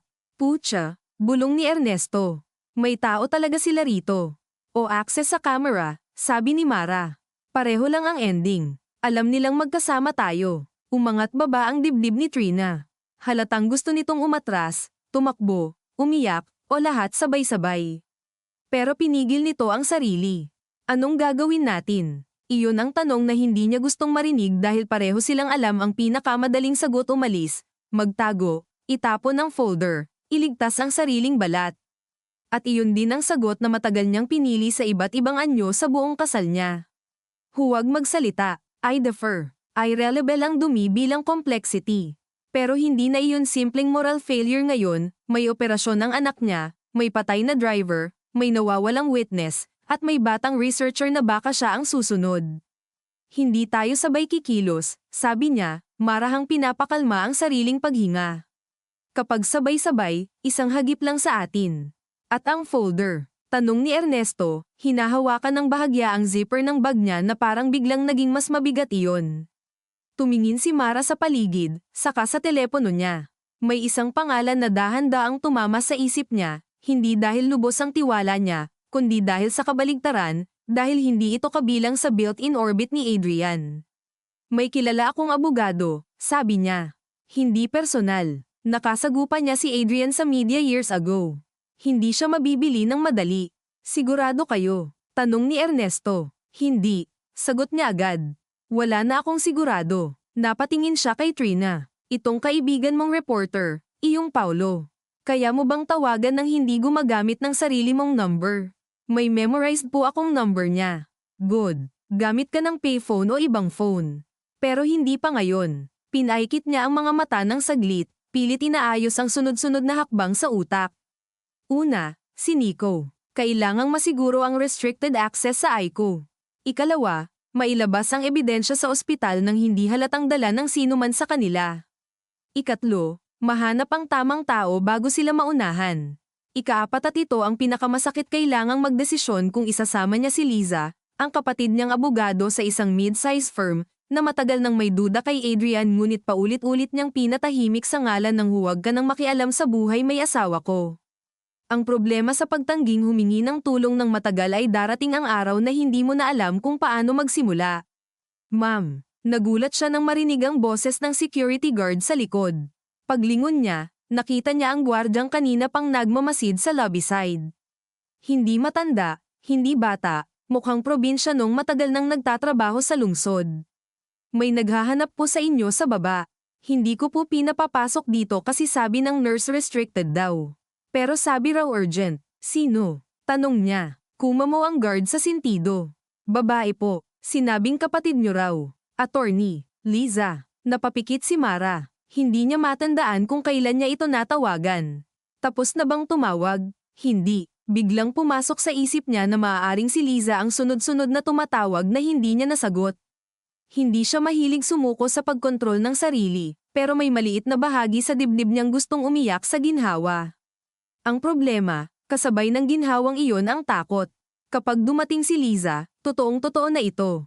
Wala nang pretendeng na maayos nila ito sa loob ng bahay, sa pamamagitan ng usapan, donation, relocation, o PR statement.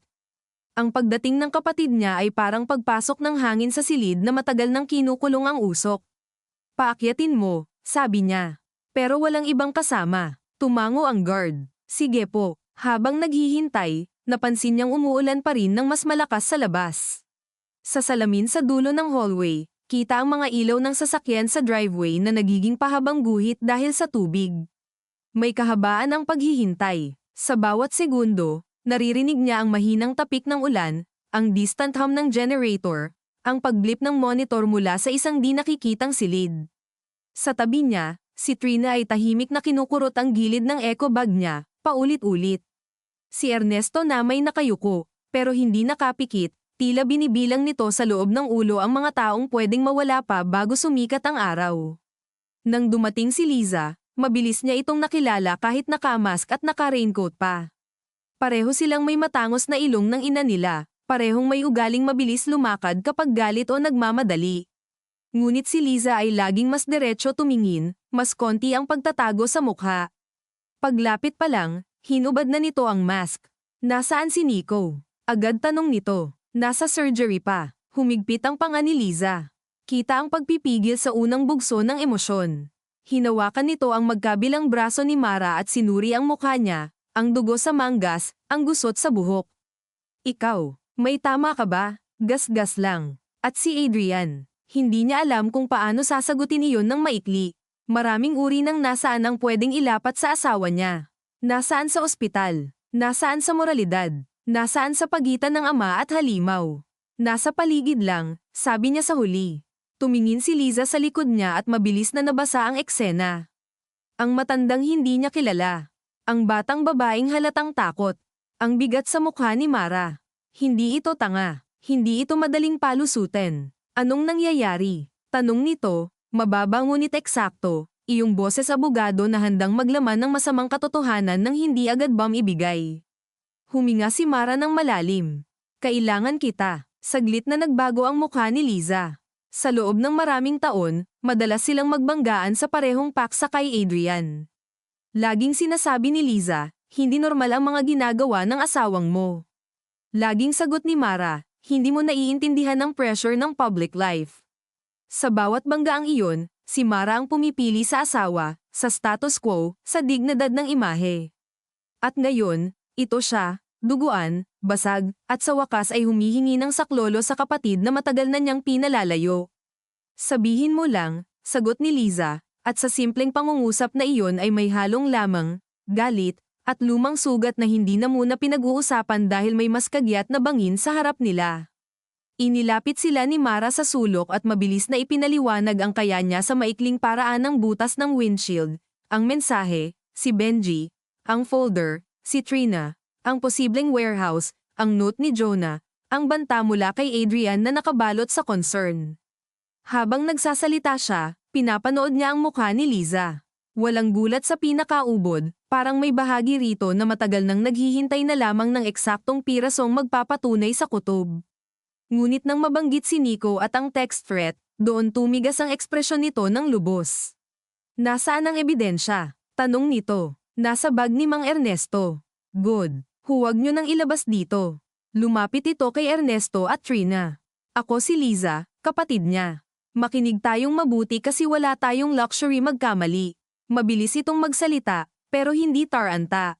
Nababagay rito ang sitwasyon sa paraang kinamumuhian ni Mara, parang buong buhay niya ay naghanda ito para sa gabing kailangang magdesisyon sa ilalim ng pressure. Una, hati ang kopya kung pwede. Hindi ligtas na iisa lang ang may hawak. Pangalawa, kailangan ng outside custody. Pangatlo, huwag kayong mag-text ng detalye. Tawag lang o in person. May USB lang, sabi ni Mara. At papers. May laptop ba rito? Delikado. Hindi natin bubuksan dito, sabi ni Liza. Mas mahalaga ang chain kaysa curiosity. Napatingin ito kay Trina. Iyong reporter na kilala mo, mapagkakatiwalaan. Hanggang doon sa kaya ng kahit sino, sagot ni Trina, nanginginig pa rin pero pilit matatag. Tumango si Liza. Fine. Kailangan din natin ng independent storage. May safety deposit box ako pero baka mabagal. Mas okay kung may notary o clerical timestamp tayo sa ibang lugar.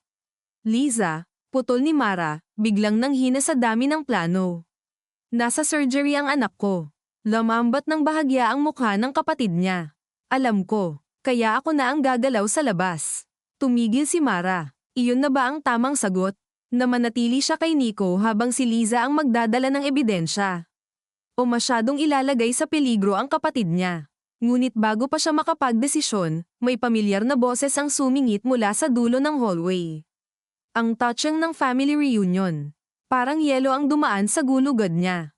Si Adrian, nakabalik na. Wala na ang secretary. Isang bodyguard na lang ang kasama nito, si Colmenares, nakatayo ng bahagya sa likod. Basa ng kaunti ang laylayan ng pantalon ni Adrian, marahil galing sa driveway, ngunit maayos pa rin ang anyo. Mas maingat ang mukha ngayon, mas kontrolado, at dahil doon ay mas nakakatakot. Tumayo si Liza at humarap agad, halos automatic na parang sanay na sa courtroom. Adrian, sabi nito, malamig. Hindi ka dapat nandito sa lapit namin. Kapatid niya ako, putol ni Liza. At tiyahin ng batang inooperahan.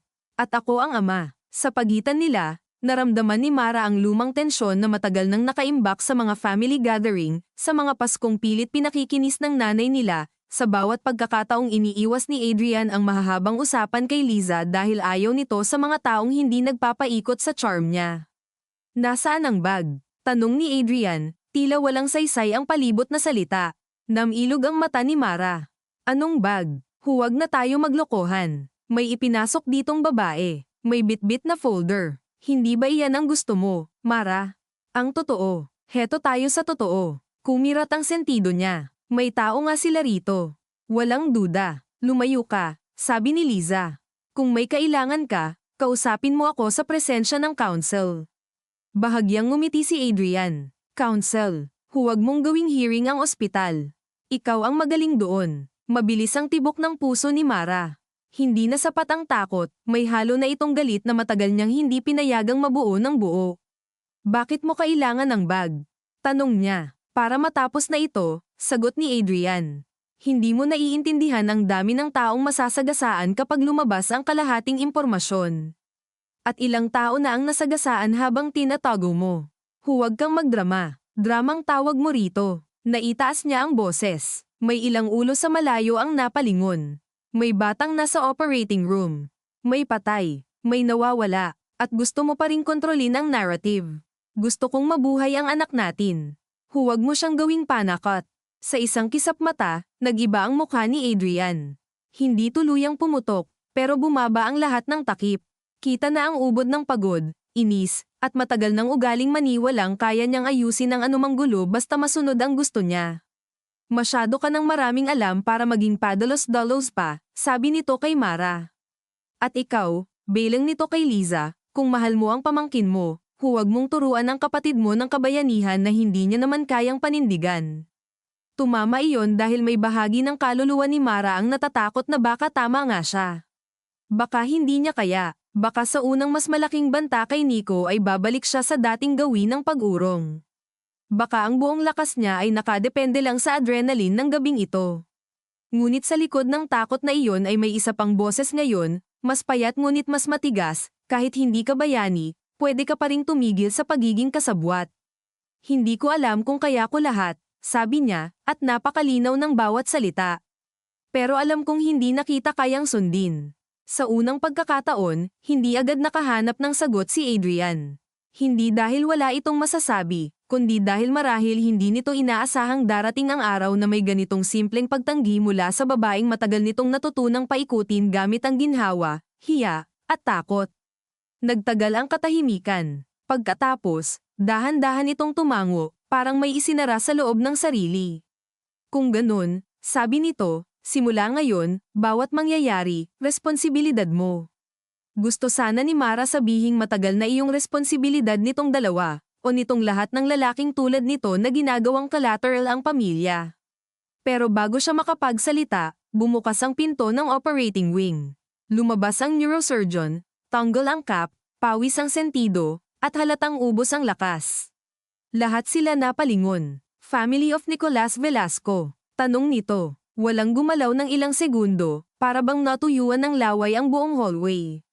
Saka sabay-sabay silang umabante. At sa kakaibang instinct ng mga taong matagal nang nabubuhay sa loob ng parehong pamilya ngunit magkaiba ang pagkakakilala sa isa't isa, si Mara ang unang huminto kalahating hakbang bago tuluyang sumalpok sa doktor, hindi dahil mas kalmado siya kundi dahil biglang bumigat ang hangin sa paligid at naunawaan niyang ang susunod na sasabihin ng lalaking ito ay haati sa gabi nila sa dalawang panahon, bago at pagkatapos. Basa ang buhok ng neurosurgeon sa bandang sentido, at may maliliit na talsik ng tubig o pawis sa clear shield na nakabitin sa leeg nito. Hinubad nito ang gloves habang nagsasalita, mabagal, eksakto, para bang bawat salita ay kailangang ailapag sa harap nila nang hindi paputok ang natitira pang pag-asa. Natapos po ang operasyon, sabi nito. Hindi agad huminga si Mara. Hindi siya natuwa, hindi siya guminhawa. Natuto siyang mapanganib ang mga incomplete sentence. Na-control po namin ang bleeding at nailabas ang pressure sa isang bahagi ng utak. Pero critical pa rin si Nico. The next 24 to 48 hours will be very important. Napatingin si Mara sa bibig ng doktor, pilit hinahabol ang bawat detalye. Sa gilid ng mata niya, naramdaman niyang humakbang si Adrian, bahagya lang, sapat para maramdamang ama rin ito ng batang nasa loob. Majay, gising ba siya? Tanong ni Adrian, mas mababa ang boses kaysa dati, at sa unang pagkakataon sa gabing iyon, may bitak ng totoong takot na lumusot sa kontroladong tinig nito. Hindi pa po natin masasabi kung kailan. Nasa ventilator siya, sedated, stable for now, but unstable pa rin in the bigger picture. Stable for now, unstable in the bigger picture. Napakabagsik ng pagiging tumpak ng medisina. Walang pangako, walang aliw na walang presyo. May movement po ba? Tanong ni Mara, ramdam ang sarili niyang bibig na tuyong-tuyo. May reflexes, which is good. Pero hindi pa po iyon sapat para magsabi ng neurological outcome. Tumango siya, kahit parang ayaw ng leeg niya. Sa likod niya, mahina siyang narinig ni Liza na huminga ng malalim, parang may pinigilan itong salamat na ayaw nitong bitawan ng maaga. Tahimik si Ernesto, tahimik din si Trina. Hindi sila pamilya, pero nakatali na sila sa isang gabing walang sino man ang pwedeng umalis na hindi nababago. Ililipat po siya sa ICU in a few minutes, sabi pa ng doktor. Isa-isa lang po kayong makakakita, mabilis lang. Ako muna, sabi ni Mara agad, at halos kasabay niya si Adrian na nagsabing, kami ng asawa ko. Nagkatinginan sila, sandaling naputol ang pagiging doktor ng neurosurgeon at napasok ng pagod na pagkamakatao. Ma'am muna, sabi nito sa huli, marahil nabasa ang dugo pa rin sa manggas ni Mara, ang mukha niyang halatang tinahina lang ng desperasyon. Then father after a few minutes. Tumango si Mara, pero hindi siya agad gumalaw. Ang katawan niya ay parang natataranta at naninigas ng sabay. May isang bahagi sa kanya na gustong tumakbo papasok, hagkan ang noo ng anak, humingi ng tawad sa bawat pagkakataong nauna ang meeting, ang image, ang marital diplomacy. May isa pang bahagi na takot makita ang batang Daisy humihingi lang ng extra gravy sa Jollibee na ngayon ay makakabit sa mga tubo at machine.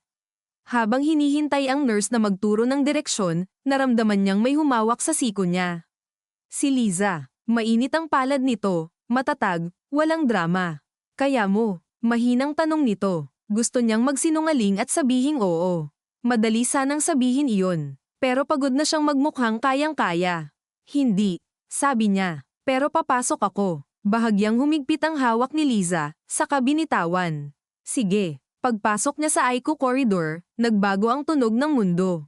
Mas tahimik, mas kontrolado, mas mechanical. Ang sahig ay mas kintab, ang ilaw ay mas maputi, at ang amoy ng disinfectant ay mas malinis ngunit mas malungkot.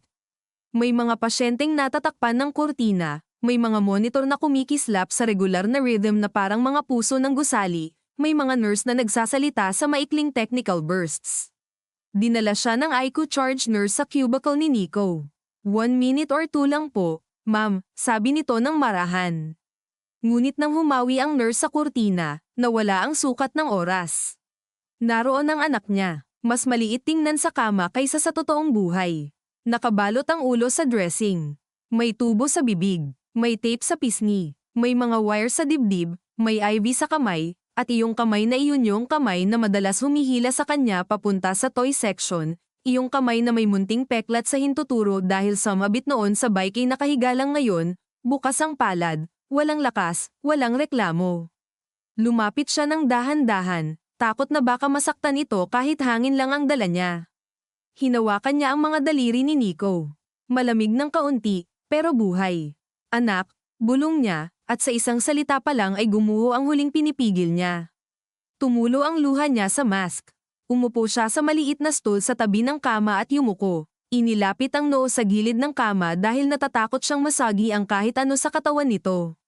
Nandito si Mommy. Ang monitor ay patuloy sa ritmo. Ang ventilator ay humihinga para sa anak niya. Papasok, palabas, na para bang may banyagang makina ang kailangang gumawa ng trabahong dapat kusa nitong nagagawa. May naalala siya bigla, isang gabi sa BGC, nag-dinner sila sa isang rooftop restaurant pagkatapos ng school recital ni Nico.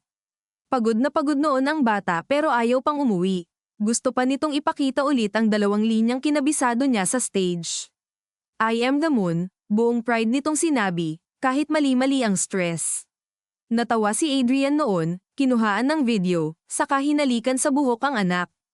The moon, tukso niya. Oo, kasi umiilaw kahit madilim, seryosong sagot ni Nico.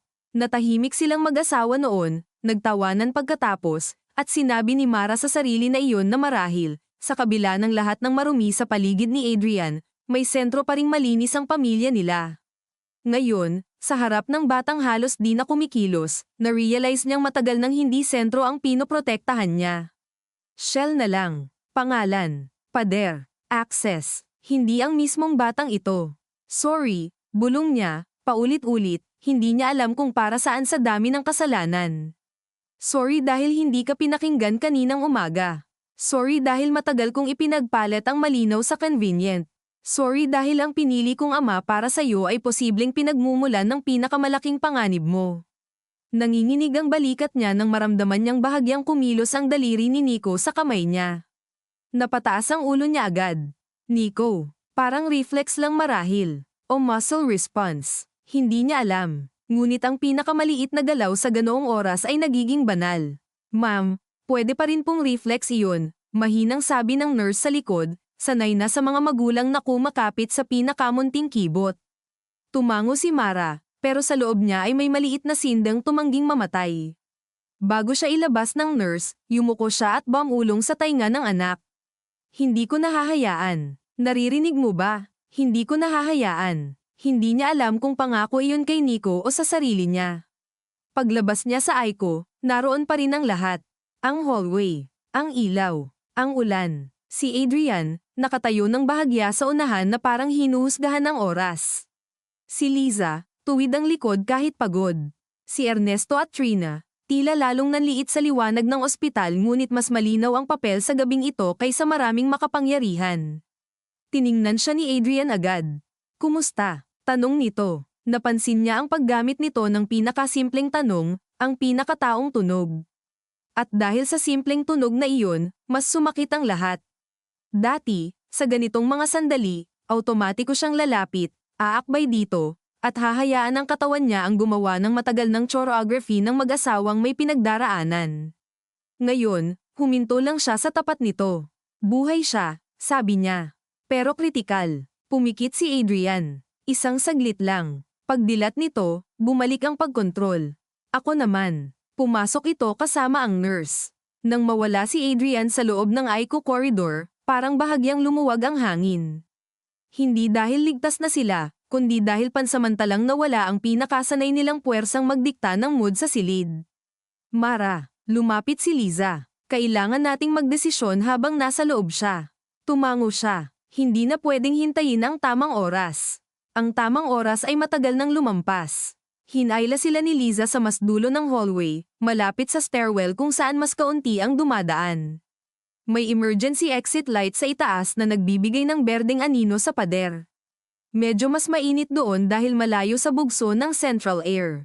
Rinig mula sa ibaba ang malayong yabag at huni ng elevator. Simple lang, sabi ni Liza. 3 ang pwedeng mangyari sa susunod na ilang oras. Una, tahimik tayong lahat at kukunin niya ang ebidensya. Pansamantalang ligtas tayo pero tapos na rin ang chance na maputol ito. Ikalawa, ilalabas natin agad sa media ng walang legal cover. Magiging public, mahirap nang patayin ang kwento, pero mas magiging brutal ang backlash. Ikatlo, ay dadaan muna sa independent lawyer at trusted journalist ng sabay, para may legal at public pressure.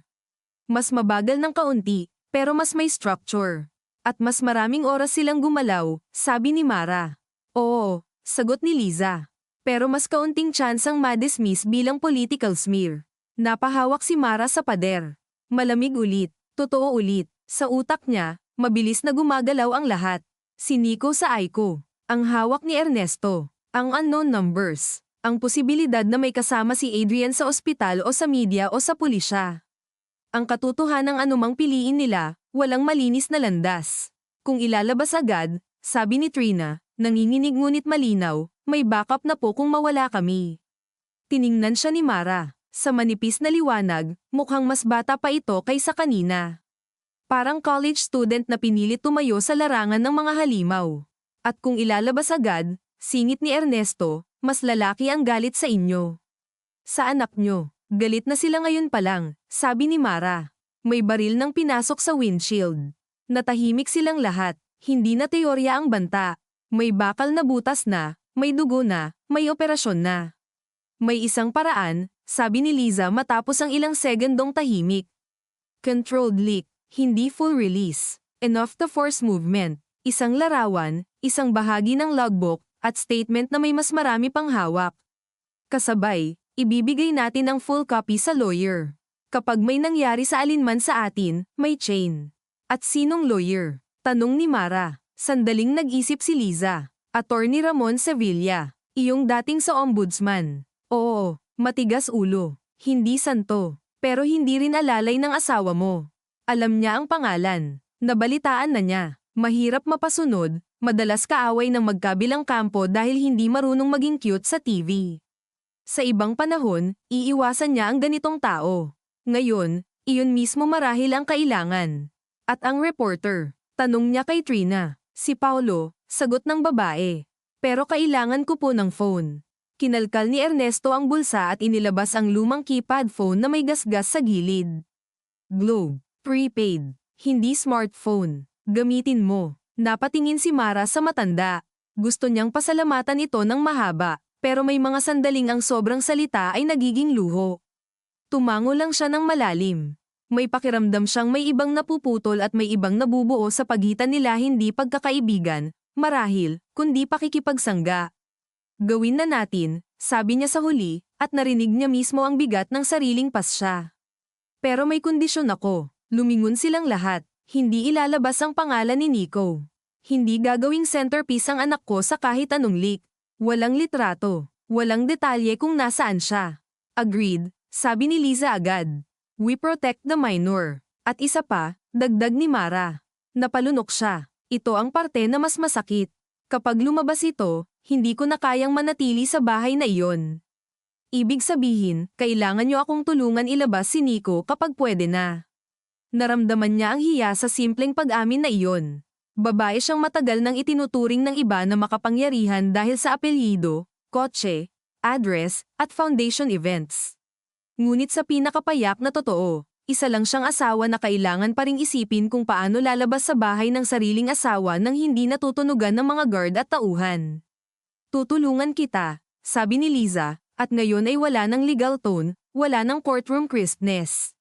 Kapatid lang, matagal na nasaktan ngunit handa pa rin. Naramdaman ni Mara ang paghapdi ng lalamunan. Bago pa siya tuluyang madaig ng emosyon, biglang bumukas ang stairwell door sa likod nila. Lahat ay napalingon. Isang nurse lang, bitbit ang clipboard, napahinto dahil mukhang may gitnang usapan silang seryoso. Sorry po, sabi nito, saka dumaan.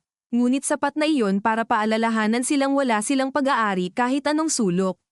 Mabilis silang kumilos pagkatapos noon. Si Liza ang kumuha ng ilang litrato ng documents gamit ang sariling phone, offline mode agad pagkatapos.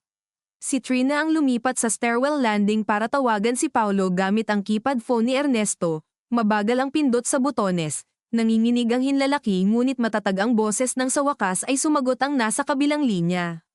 Naririnig ni Mara ang pira-pirasong salita lamang, nasa ospital ako, hindi text, may kopya, hindi safe.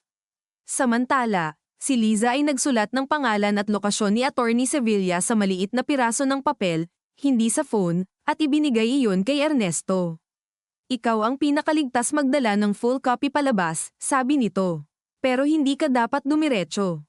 Palaipat-lipat ka. Tumango si Ernesto. Kaya ko yan. Tinitigan siya ni Mara. Isang ama na kakamatay lang ng anak ay pinapasan pa ngayon ang ebidensyang maaaring magdala ng hustisya o panibagong trahedya.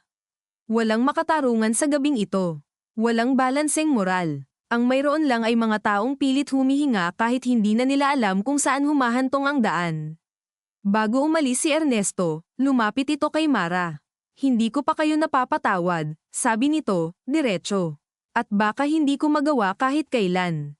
Tumango siya. Alam ko. Pero hindi ko rin hahayaang mawalan ng saysay ang pagkamatay ng anak ko. Bumigat ang dibdib ni Mara. Salamat. Huwag muna. Baka wala pa tayong mapala. Umalis ito sa kabilang koridor, hindi sa elevator, kundi sa service stairs, bitbit ang kupas na backpack na ngayon ay parang may sariling tibok. Nang mawala ito sa likod ng pinto, napansin ni Mara na nanginginig na pala ang tuhod niya sa pagod. Naupo siya sa pinakamalapit na upuan sa hallway. Pakiramdam niya ay may isang buong buhay na ang lumipas mula nang pumutok ang windshield. Umupo si Liza sa tabi niya. Hindi agad nagsalita, naghintay lang, gaya ng mga kapatid na alam kung kailan dapat tahimik muna. Sa malayo, lumabas si Adrian mula sa Aiko corridor. Naghanap agad ang tingin nito sa kanya. Sa isang iglap, alam ni Mara na naramdaman nitong may nagbago habang wala siya. Hindi pa nito alam ang buo, pero kilala siya nito ng sapat para maramdaman ang shift. At marahil iyon ang pinakadelikadong sandali sa anumang paghihiwalay, hindi iyong oras na malinaw ng tapos na, kundi iyong sandaling naamoy na ng kabilang panig na hindi na siya ang dating taong kayang utusan sa pamamagitan ng lamang, galit, o takot. Tumayo si Adrian, tahimik na naglakad palapit, at sa bawat hakbang nito ay naramdaman ni Mara na ang susunod na mga oras ay hindi na simpleng paglalabas ng sikreto. Ito na ang unang yugto ng pagbagsak, at kahit anong mailigtas niya mula rito ebidensya, anak, pangalan may bahagi ng dati niyang buhay na hindi na kailanman mabubuo ulit sa parehong anyo. At sa mismong paraan ng paglalakad nito hindi nagmamadali, hindi rin mabagal, tuwid ang likod, kontrolado ang mukha na alala ni Mara kung bakit siya matagal na nanatili. Hindi dahil hindi niya nakita ang dilim, kundi dahil sanay na sanay si Adrian gawing mukhang mas sibilisado ang bangin. Lumapit ito hanggang isang dipa na lang ang pagitan nila. Nasa gilid si Liza, hindi umaalis. Si Trina ay bahagyang umatras palapit sa stairwell, hawak pa rin ang keypad phone na parang maliit na anteng-anteng laban sa mga taong mas malalaki ang kapangyarihan kaysa sa kanya. Kumusta siya? Tanong ni Adrian. Walang pananakot sa tono. Walang theatrics. Mas mahirap tuloy kontrahin. Critical pa rin, sagot ni Mara. Nasa Aiko. Tumango ito, tumingin saglit sa sahig, saka ibinalik ang tingin sa kanya. Good. Lumalaban siya. Sa ibang gabi, sa ibang buhay, pwede sanang maging simpleng sandali iyon ng magulang na magkaparehong takot para sa anak. Ngunit naroon silang lahat, may mga nakatagong litrato, may pinadalang mensahe, may bag na umalis na sa ospital, at may katotohanang wala ng paraan para ibalik sa dati ang anumang sasabihin mula rito. Nasaan si Ernesto? Tanong ni Adrian nang hindi inililihis ang tingin kay Mara. Umalis na, sagot ni Liza bago pa makapagsalita si Mara. Napatingin si Adrian sa kanya. Ang bilis mong sumagot para sa kapatid mo. Mabagal ka nang sumagot sa lahat ng dapat noon pa, malamig na sagot ni Liza. Saglit na nagtagpo ang mga mata nila, at may lumang kasaysayan doon ng mga handaan, legal opinions na hindi hiningi, at mga tinging nagsasabing kilala kita pero hindi kita iginagalang. Ayoko ng circus dito, sabi ni Adrian. Walang circus, sagot ni Mara. May anak lang tayong halos mamatay. Napasinghap siya ng bahagya pagkasabi ng tayong, dahil totoo pa rin naman. Iyon ang pinakamasakit na bahagi. Walang pagbure sa dugo, kahit gaano karumi ang ama pa rin siya ng batang nasa loob. At kahit gaano kalalim ang galit niya, hindi niya kayang burahin ang mga umagang sabay silang naghahatid kay Nico, ang mga birthdays na sabay nilang inorganisa, ang mga gabing magkaakbay silang nakikinig sa hilik ng anak nila sa baby monitor noong sanggol pa ito. Ang problema, hindi sapat ang pagiging totoo ng mga alaalang iyon para pagtakpan ang ibang katotohanang mas mabagsik. May kailangang ayusin bago sumikat ang araw, sabi ni Adrian, ibinababa ang boses. Hindi ko nahahaban. Ibigay mo ang anumang hawak mo, at titiyakin kung walang gagalaw sa inyo. Titiyakin, ulit ni Mara, gaya ng pagtitiyak mong ligtas kami kanina. Sumikip ang panga nito. Alam mong hindi ko kagustuhan ang nangyari. Pero alam mong may pwedeng mangyari. Hindi ganoon ka-simple. Siyempre hindi, singit ni Liza. Palaging hindi simple kapag may gustong umiwas sa accountability. Hindi kita kausap, mali ka, sabi ni Liza. Sa puntong ito, lahat na kami kausap mo. Napatigil si Adrian. Tumingin ito kay Trina, na agad ibinaba ang mga mata ngunit hindi umurong, saka bumalik kay Mara. Ito ba ang plano? Magtipon ng mga estranghero at kapatid na matagal nang galit sa akin para paniwalaan mong kontrolado mo na ang sitwasyon. Hindi ko kontrolado, sabi ni Mara. Iyon ang kaibahan. Ikaw lang ang matagal na nagkukunwaring kaya mong kontrolin lahat. Umigting ang hangin sa pagitan nila. Sa malayo, bumukas ang elevator at may pamilyang lumabas na may dalang kumot at paper bag ng gamot. Isang batang lalaki ang antok, nakasandal sa balikat ng lola. Dumaan sila sa hallway na hindi alam na sa tabi nila ay may isang pamilyang tuluyan ng binibiyak na mga desisyong matagal nang inurong. Sa ospital, ganyan ang trahedya. Magkakatabi ngunit hindi magkakakilala. Mara, ngayon ay mas mababa ang boses ni Adrian, mas personal, mas malapit sa dating timbre nitong ginagamit kapag gabi at dalawa lang sila sa kwarto. Tingnan mo ko, hindi niya gustong sumunod, ngunit tumingin pa rin siya. Lahat ng ginawa ko, sabi nito, ginawa ko para hindi tayo lamunin ng sistemang yan. Akala mo ba simple ang pagiging nasa posisyon ko? Kapag tumanggi ka sa iisang tao, may 10 babalik. Kapag naging malinis ka, ikaw ang unang dudurugin. I built walls because that is the only way families like ours survive in this country. Tumama sa kanya ang salitang iyon. Families like ours. Ilang beses na niya iyong ginamit sa utak niya para patawarin ang sarili. Sa Pilipinas na ang batas ay madalas para sa mahihina at ang butas ay para sa may koneksyon, madaling paniwalaang ang moral compromise ay anyo lang ng survival. Ngunit naroon si Benji sa pagitan nila kahit wala ang katawan nito.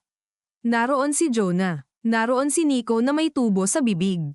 Iyon ang presyo ng pader na ipinagmamalaki ni Adrian. Hindi ito survival, sabi niya. Pamimili ito kung sino ang pwedeng masagasaan para manatili tayong nakaupo sa tamang mesa. At gusto mong maging ano?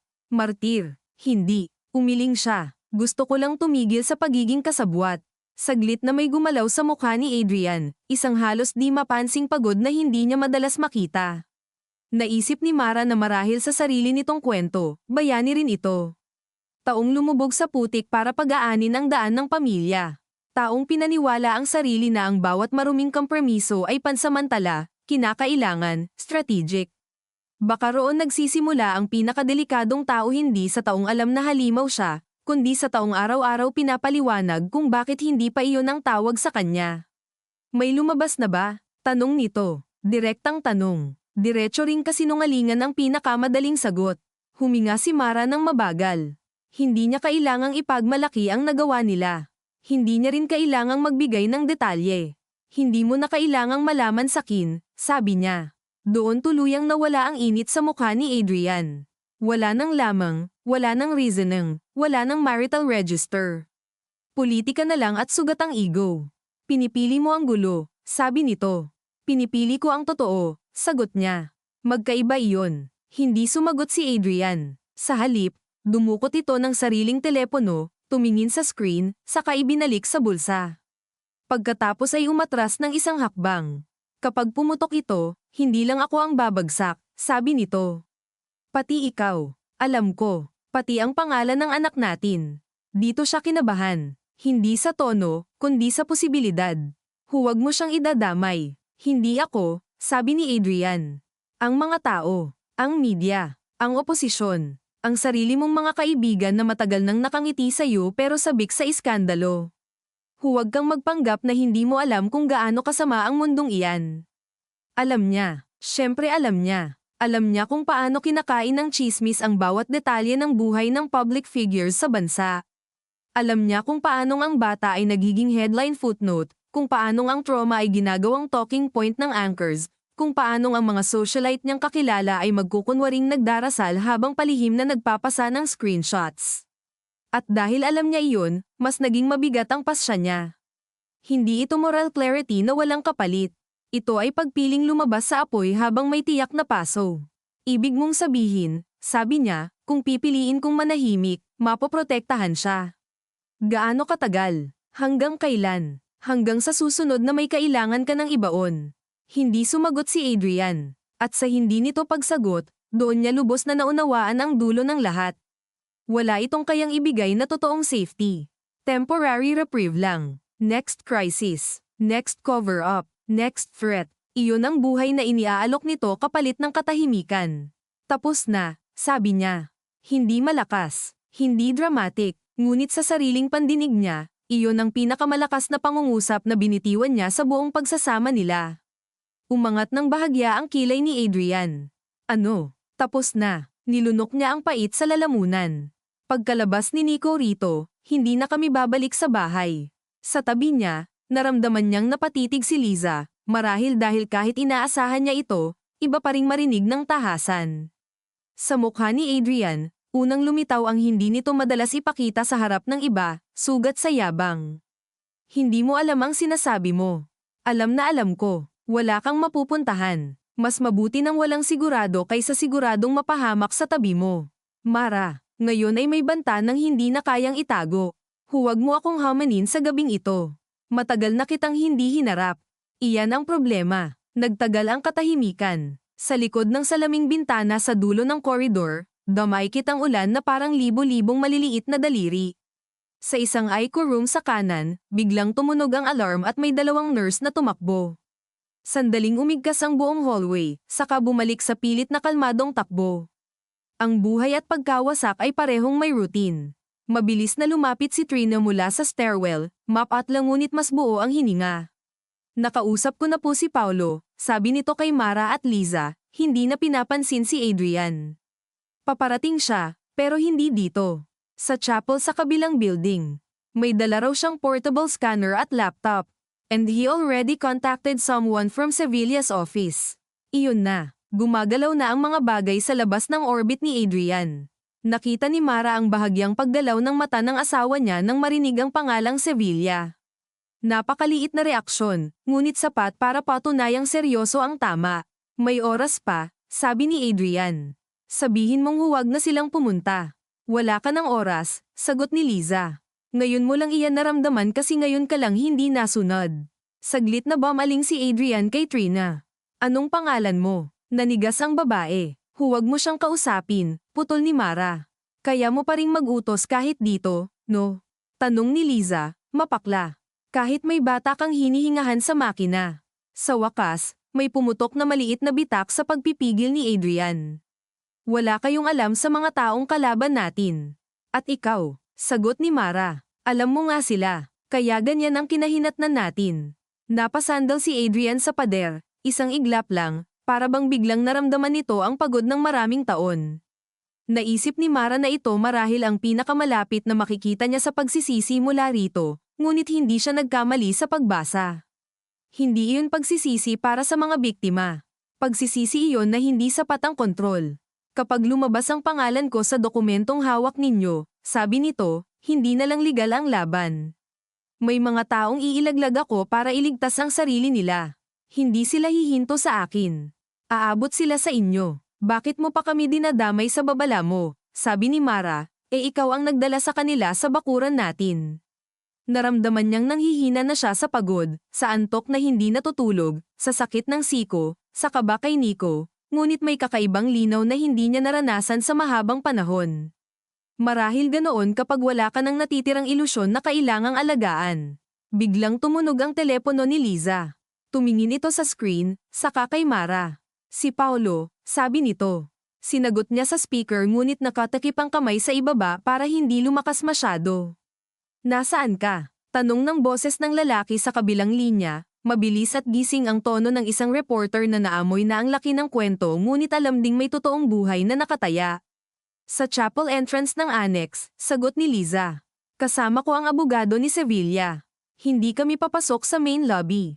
Kayo ba? Tumitig si Mara kay Adrian habang sumasagot. Papunta na. Hindi man ito sigaw, iyon na ang totoong deklarasyon. Hindi na nila pwedeng bawiin. Pumikit si Adrian at marahang tumawa, isang beses lang, pero walang saya. Chapel, sabi nito. Talagang sa simbahan pa. Baka doon ka lang kinabahan, sabi ni Liza. Tinapos niya ang tawag. Pagkatapos, lumingon siya kay Trina. Sasama ka, lumunok ang babae. Opo, hanggang maibigay. Pagkatapos, hindi ka na babalik sa boarding house mo, sabi ni Liza. May kaibigan akong may kondo sa Mandaluyong. Doon ka muna. Tumango si Trina, At sa pagtango niyang iyon ay nakita ni Mara ang biglang pagkapunit ng ordinaryong buhay ng isang batang babae. May mga gabing ganyan. Isang tawag lang, isang folder lang, at hindi ka na makakabalik sa dati mong sarili na may simpleng problema at simpleng ruta pauwi. Ako ang may iwan kay Nico, sabi ni Mara. Katahimikan. Alam na agad ni Liza ang ibig sabihin. Hindi, sabi nito. Ikaw ang dapat umalis. Ikaw ang primary witness. Umiling si Mara. Ako rin ang nanay. Mara, hindi ako aalis habang hindi pa siya muling nakakahinga ng hindi makina ang gumagawa. Nanginginig ang boses niya, ngunit matigas. Kung ako ang umalis ngayon at may mangyari sa kanya, hindi niya na ituloy. Hindi niya kailangang ituloy. Naiintindihan ni Liza. Naiintindihan din niya na sa bawat tamang strategic move, may kasamang emosyonal na imposible. Ito ang kapalit. Hindi lahat ng dapat magligtas ng katotohanan ay pwedeng siya rin ang pisikal na magdadala ng USB sa kabilang building. Ako na, sabi ni Liza sa huli. Ako at si Trina. At si Paulo at abogado, dagdag ni Mara. Hindi kayo dapat dalawa lang. Tumango si Liza. Fine. Lumapit si Mara sa kapatid niya at kinuha ang dalawang kamay nito. Ilang taon na mula nang gawin nila ito ng ganito. Walang audience, walang formalidad, walang history na tinatakasan.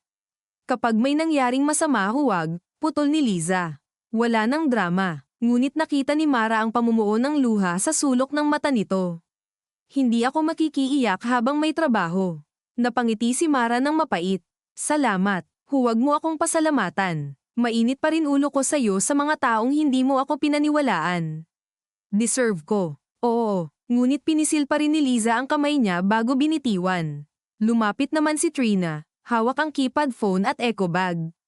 Halatang gusto nitong magsabi ng marami pasensya, takot, pakiusap, pag-asa ngunit nauwi lang sa, Ma'am, aalagaan po namin. Tumango si Mara. Hindi siya sigurado kung alin ang tinutukoy ng babae, ang ebidensya o ang laban, ngunit pareho na lamang siguro iyon. Habang paalis na sina Liza at Trina patungo sa elevator, kumilos si Adrian, worry susunod. Agad hamarang si Mara sa daraanan nito. Hindi kalakihan ang katawan niya, lalo na sa lalaking may security at sanay sa espasyo, pero may kakaiba sa isang inang tapos ng matakot sa sariling hiya. Aalis sila, sabi ni Adrian. At ako ang bahala kung saan. Hindi, Mara, last chance. Tapos na ang last chance. Hindi mo alam kung sino ang may hawak sa kabilang dulo. At hindi mo na alam kung hanggang saan ako aabot para hindi ka na makapili ulit ng ibang isasakripisyo. Nagkatinginan sila ng matagal. Sa gilid, naramdaman niyang gumalaw si Colmenares, pero marahil may kung anong nakita ito sa mukha ni Adrian dahil hindi rin ito tuluyang lumapit. Wala namang eksenang pwedeng gawin sa hallway ng ospital nang may cameras at staff. Nasa puntong iyon na ang tunay na kapangyarihan ay hindi na nasusukat sa lakas ng sigaw, kundi sa kung sino ang handang magpakalat ng bagay na hindi na maibabalik sa lalagyan. Bumukas ang elevator. Pumasok sina Liza at Trina. Bago magsara ang pinto, nagtagpo ang tingin ng magkapatid. Walang ngiti, walang pakyut na tapang. Isang malinaw na pangunawa lang na mula rito, iba na ang buhay nila pareho. Nang tuluyang magsara ang pinto, parang may bahagi ng dibdib ni Mara na sumabay sa pagbaba. Naiwan siya sa hallway kasama ang asawa niyang halos hindi na niya makilala at ang anak nilang nakakabit sa mga makina sa kabilang pinto. Dahan-daang huminga si Adrian, saka umatras. Hindi na kita mapipigilan ngayong gabi, sabi nito. Pero huwag kang magkamaling isipin na katapusan ko na ito. Hindi ko inaasahan ang malinis na wakas, sagot niya. Ayoko na lang ng maruming pagpapatuloy. Tumingin ito sa Aiko corridor. Kapag nagising siya, sabi nito, at ngayon ay bumalik ang boses ng isang ama, iyong pinakamapanganib pakinggan dahil totoo rin, anong sasabihin natin sa kanya? Tumama iyon sa pinakaloob ng pagod niyang kaluluwa. Dahil sa lahat ng tanong sa gabing ito, iyon ang wala pa siyang sagot. Paano mo ipaliliwanag sa 8 taong gulang na ang mundong ginagalawan niya ay itinayo sa kalahating katotohanan? Paano mo hahatiin sa isang bata ang ama at ang ginawa ng ama? Paano mo ipaliliwanag na mahal mo pa rin minsan ang isang taong kailangang ilayo sa iyo? Matagal bago siya sumagot. Ang totoo, sabi niya sa huli, at kahit siya ay natakot sa bigat niyon. Kung kaya na niya, umiling si Adrian na parang napakalupit ng sagot na iyon. Baka nga, ngunit mas malupit ang pagsasanay ng panibagong kasinungalingan sa batang halos hindi na nakaligtas sa bunga ng mga luma. Maya-maya, tumunog ang telepono ni Mara. Mensahe mula kay Liza. 3 salita lang, nasa amin na. Naramdaman niyang bumigay ng kaunti ang mga balikat niya. Hindi ginhawa, hindi tagumpay. Simpleng paglipat lang ng isang napakabigat na bato mula sa isang dibdib papunta sa mas malawak na mundo. Walang ilang minuto, nag-vibrate ulit ang phone. Isa pang mensahe, mula sa unknown number. Maling pinili mo. Tinitigan niya iyon ng matagal, pagkatapos ay pinatay ang screen. Sa gilid ng paningin niya, nakita niyang nakatitig si Adrian sa kanya, parang alam na rin nitong may nagbago na sa labas ng pader ng ospital. Wala nang saysay ang pananakot sa puntong ito. Hindi dahil ligtas na sila, kundi dahil nakaalis na ang apoy sa silid. Naroon na ito sa damuhan, sa hangin, sa mga kamay ng ibang tao. Uuwi ako saglit bago mag-umaga, sabi ni Adrian pagkatapos ng mahabang katahimikan. May kailangan akong ayusin. Sige, babalik ako para kay Nico. Nilunok ni Mara ang sagot na unang umakyat na baka pagbalik mo, iba na ang lahat. Hindi na niya kailangang sabihin. Alam na nila pareho. Tumalikod si Adrian at naglakad palayo kasama si Colmenares. Hindi siya lumingon pabalik, pinanood lang siya ni Mara hanggang mawala sa elevator lobby, at nang mawala ito, may kakaibang kawalan na sumalaw sa hallway. Hindi kalayaan. Hindi pa. Mas kahawig ng bakanteng lote pagkatapos gibay ng bahay maluwang tingnan, pero puno ng alikabok, bato, at alaala ng dating estruktura. Naupo siya muli sa upuan sa tapat ng Aiko, mag-isa na ngayon. Ang artificial plant ay hindi pa rin tunay. Ang telebisyong nakamute ay may breaking ticker na tumatakbo sa ibaba, hindi pa niya binabasa. Sa mga susunod na oras, alam niyang magsisimula ng gumalaw ang balita. May tatawag, may magte-text, may papalag, may magsisinungaling sa camera, may magde-deny, may magtatago. Marahil may mga kaso, marahil may mga hearing, marahil may mga bangkay panghahabol mula sa likod ng matagal ng tinagang pinto. Ngunit sa sandaling iyon, ang tanging kaya niyang gawin ay manatili. Maghintay sa pintong may salamin. Huminga sa parehong ritmo ng ventilator na hindi man niya marinig mula rito ay nararamdaman niya sa isip.